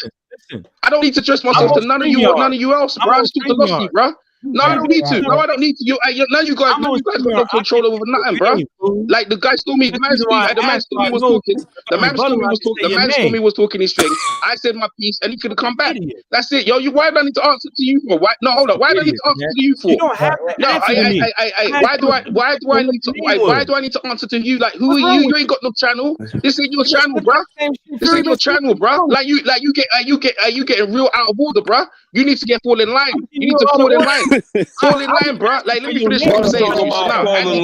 And you talking out of place without being introduced. And that's why he look funny. So that's my piece. Stormy, you say your piece, bro. Hey, can Stormy, you continue. Stormy, you continue, Stormy. Stormy, you continue, Stormy, you continue what you're saying, because that's why you was just talking your piece, and I'm telling you why. Go ahead, Stormy, finish what you're saying. Go ahead. Listen. Before we go any further, right? I'm going to get off in a minute, but I'm going to let you just continue this moment. But Mike, I fucks with you, and I fucks with EJ. I fucks with everyone on this panel. So let's just cut this in the bud now, right? Everyone's got an opinion. Everyone can speak. Let me just say this without EJ. Don't say nothing. Let me just speak real quick. No one, bro. Real quick. Yeah. I asked you what your name is because I'm on StreamYard. Mikey's EJ. I can't see your name. So when I asked you what your name was, I was asking so I know who I'm calling. I know they just told you. No, stop. When I initially asked you, go ahead. When I initially asked you what your name was, you start going off on me. Only reason why I was asking what your name was because I can't see it. No, I didn't go off. No, I didn't. I said, who are you to ask my name? But why are you asking my name for? That's going off. Why are you? Lucy knows who I am, though. Going off. Like Lucy knows who I am. Like listen, we go past this already, right? You know my name now. Right, you know, but yeah, of course you do, Lucy. And you know what I'm saying to you is that look, let me tell you right now. Yeah, let me tell you right now. Yeah, when you come into anyone's hangout, when you come into anyone's hangout, right? When you come into anyone's hangout, the person who let you in knows who I am. So you rather than let me just say my piece and you go, yo, that's whatever, and rebuttal what I'm saying, you can find out. But when they feel like this ain't no police inquiries or nothing like that. Now what is this, bro? Like my man's channel is open for anyone to put the link to jump in and say their piece. Like this guy was talking about why this, why that, and I said this is why this, why that. That's what we was talking about. You don't need to be addressed by who am I, like you need, like who are you to be judging me? I don't even know who you are. I know who Lucy is. I ain't never talked to you ever in my life. I don't need to tell you anything. EJ, come on, man. Bro, don't ask me that. You know what? I'm actually pissed off. Don't ever ask me that ever again in your life, bro. I don't even know who you are. I ain't never dressed no one like that. Yo, you who you think you are. I ain't never in my life ever talk to me. You know what? You don't mind me. Hey, let me ask you a question. Are you a police officer? Are you a police officer? Ask me like that. Don't ever ask me that in your life again, man. Don't even think you're talking to, bro. Don't ever ask me that again, man. This guy done pissed me off. I was cool. I was cool out here. Everyone give their opinion, and this guy done pissed me off, man. Don't ask me who I am. Speak you talking to, bro. That pissed me off, man. EJ, exactly. That's what I'm trying to say. My man's talking boxing. Like this guy was talking boxing, and I'm giving my opinion. I'm giving my opinion on why these guys acting funny. They're acting funny because these are the biggest fights of their life, and these guys are nervous, bro. These are competitors. When they coming out, they're the biggest night in their life. Now these guys, like Wilder's coming out, and most people saying there's excuses, there's evidence. Now Wilder's saying saying his trainer poison him. He's saying the gloves, Tyson Fury. If he won the fight, would he be saying them things there? I'm not too sure, but he's saying these things now, and we have to break these things down. Now, whether you want to be jump on one side or the other, the fact of the matter is now, why ain't he in the ring? Who should do trainer? Where's the date you go and fight Tyson Fury? AJ's already come back from a devastating loss. He's back on top. So these are the questions that we want to be answered right now, and that's where we want to get to. Not who. You know what I mean? Like I only go by people by what they say and what kind of credibility information they give. Let's talk about trainer, bro. I'm over in the UK. I'm a trainer, amateur trainer, judge, everything, bro. Like I know my shit, but I don't come across here gonna put my information out there for everyone to know. People know who I am. When I come on their platform, I say my piece and I keep it moving. I'm real pissed off that this guy, anyone in their damn life gonna ask me who I am and whatever like that, like they have any right, like they the policeman and like that. I don't talk to no one like that again. Don't ever talk to me like that again, bro. Don't ever do that in your life. Don't talk to me like that again, man. Don't ever do that again, bro. I do it when I'm what the fuck you think you doing? I'm talking to you, bro. You getting out your fucking, are you getting fucking talking to you, bro? Talking to you, you fucking get reckless, bro. You ain't get talking like that. Don't ever talk to me like that again. Who you think that you know what the thing is? You know what the funny thing about it? You see you guys in America. See you guys in America. See you guys in America. That's what you think. You guys in America. Here we go. Here we go. Here we go. Bro, you need to fucking hold up, bro. Hold the fuck up, bro. I'm saying you. Who the fucking talking to, brother? I'm telling you. I fucks with EJ and I fucks with Mike. I fucks with everyone on this panel. So let's just fucking have some order, right? And just stop this shit. It's a boxing channel, not an arguing channel. People have got their opinions. I respect that. People are free to speak their opinions. I respect that. But let's not argue. Let's not go down this road of fucking just because someone disagrees with someone. You know, everyone, that's a beautiful thing about the world. It'd be a boring place if we all had the same opinion. So people are entitled to their opinion, whether we agree or not. That's another matter. But people are free to express their opinions. So no, that's real. That's real. But what you're not going to do is not introduce yourself and cut off the Grandmaster Stormy B when he's cooking. That's what you're not going to do, and that's what I'm not going to tolerate. You know what I mean? So on that note, I'm get to this good night of boxing. You know what I mean? Instead of listening to you know what I mean, frivolous arguing right now. You know what I mean? So salute to you, Lost D. You know what I mean? And salute to the panel. Salute to Stormy B. You know what I mean? I really appreciate his perspective. You know what I mean? And salute to everybody else on the panel. Peace. Peace out, fellas. I ain't cut no one off though, bro. I ain't cut no one off. Like who's talking? I ain't cut no one off. Who's talking? Who's talking to me? Who's this guy talking to me? Who's this guy? I think it's the facts guy, but he's gone now. He's gone. He's gone now, EJ. Listen, cool. Right. Listen, let me please. Listen. Look. When we're talking right now, let's not interrupted and didn't say that. You know, we're gonna go one by one. Then it's open for anyone to talk on anyone's point. So that's why I know about it stuff. You know what I mean? That's the way I know about it. And you listen. End of the day. And so it is like end of the day, you guys are Lossie's hangout, right? And you guys are coming like some of your enforcers, some police, and they ain't no roll like that with me, bro. I'm just saying, you know how it is. They don't roll like that. Ain't no one no fucking FBI or fucking police. Look, dude, I didn't come at man, that's you came across, bro. I ain't never, bro. If you came on my channel, I know who you are, bro. I know exactly you come in the channel I know who you are, bro. I introduce you. Lossie will introduce you, and that's it. Can we talk about something else, or we gonna keep talking about the same shit? Right, before get up out. I already moved on to that. That guy talking to me, bro. Hold on, the guy I was addressing the other guy talking to me though. I wasn't talking to you. I was addressing the guy who was talking to me though. So why are you talking to me again though? When I told you already, don't talk to me. I already told you don't talk to me already. So why are you talking to me? I was talking to the guy who was talking to me, telling me how I'm supposed to be. You really misunderstood what I was saying to you. You really did. I was not coming at you as an enforcer. Well, that would happen here because we're from different parts of the country. That would happen because we're from different parts of the world. That's who you were. Right? I could not see your name. Yeah, I know. I heard what you said, bro. I heard what you said, but the way you said it, heard what you said. It's the way you said it, bro. And like I said to you, from different parts of the world, bro. When I explained that to you, you still went on like that. Nah, I was already shocked that someone's asking me. Listen. The way from a rap, ain't no one from nobody. Listen, can we just stop this now, man? You know the thing is the way you address me. Yo. Enough. I thought I was talking to a police officer. Yo, brothers. Yo, brothers, man. Allow it. Listen, both of you, just allow it. Who's that? Just allow it. Yeah, brother. How you doing, man, EJ? P-boxing. Yes, brother. How you doing, EJ? What's going on, P? No, man. What I'm saying to you, yeah.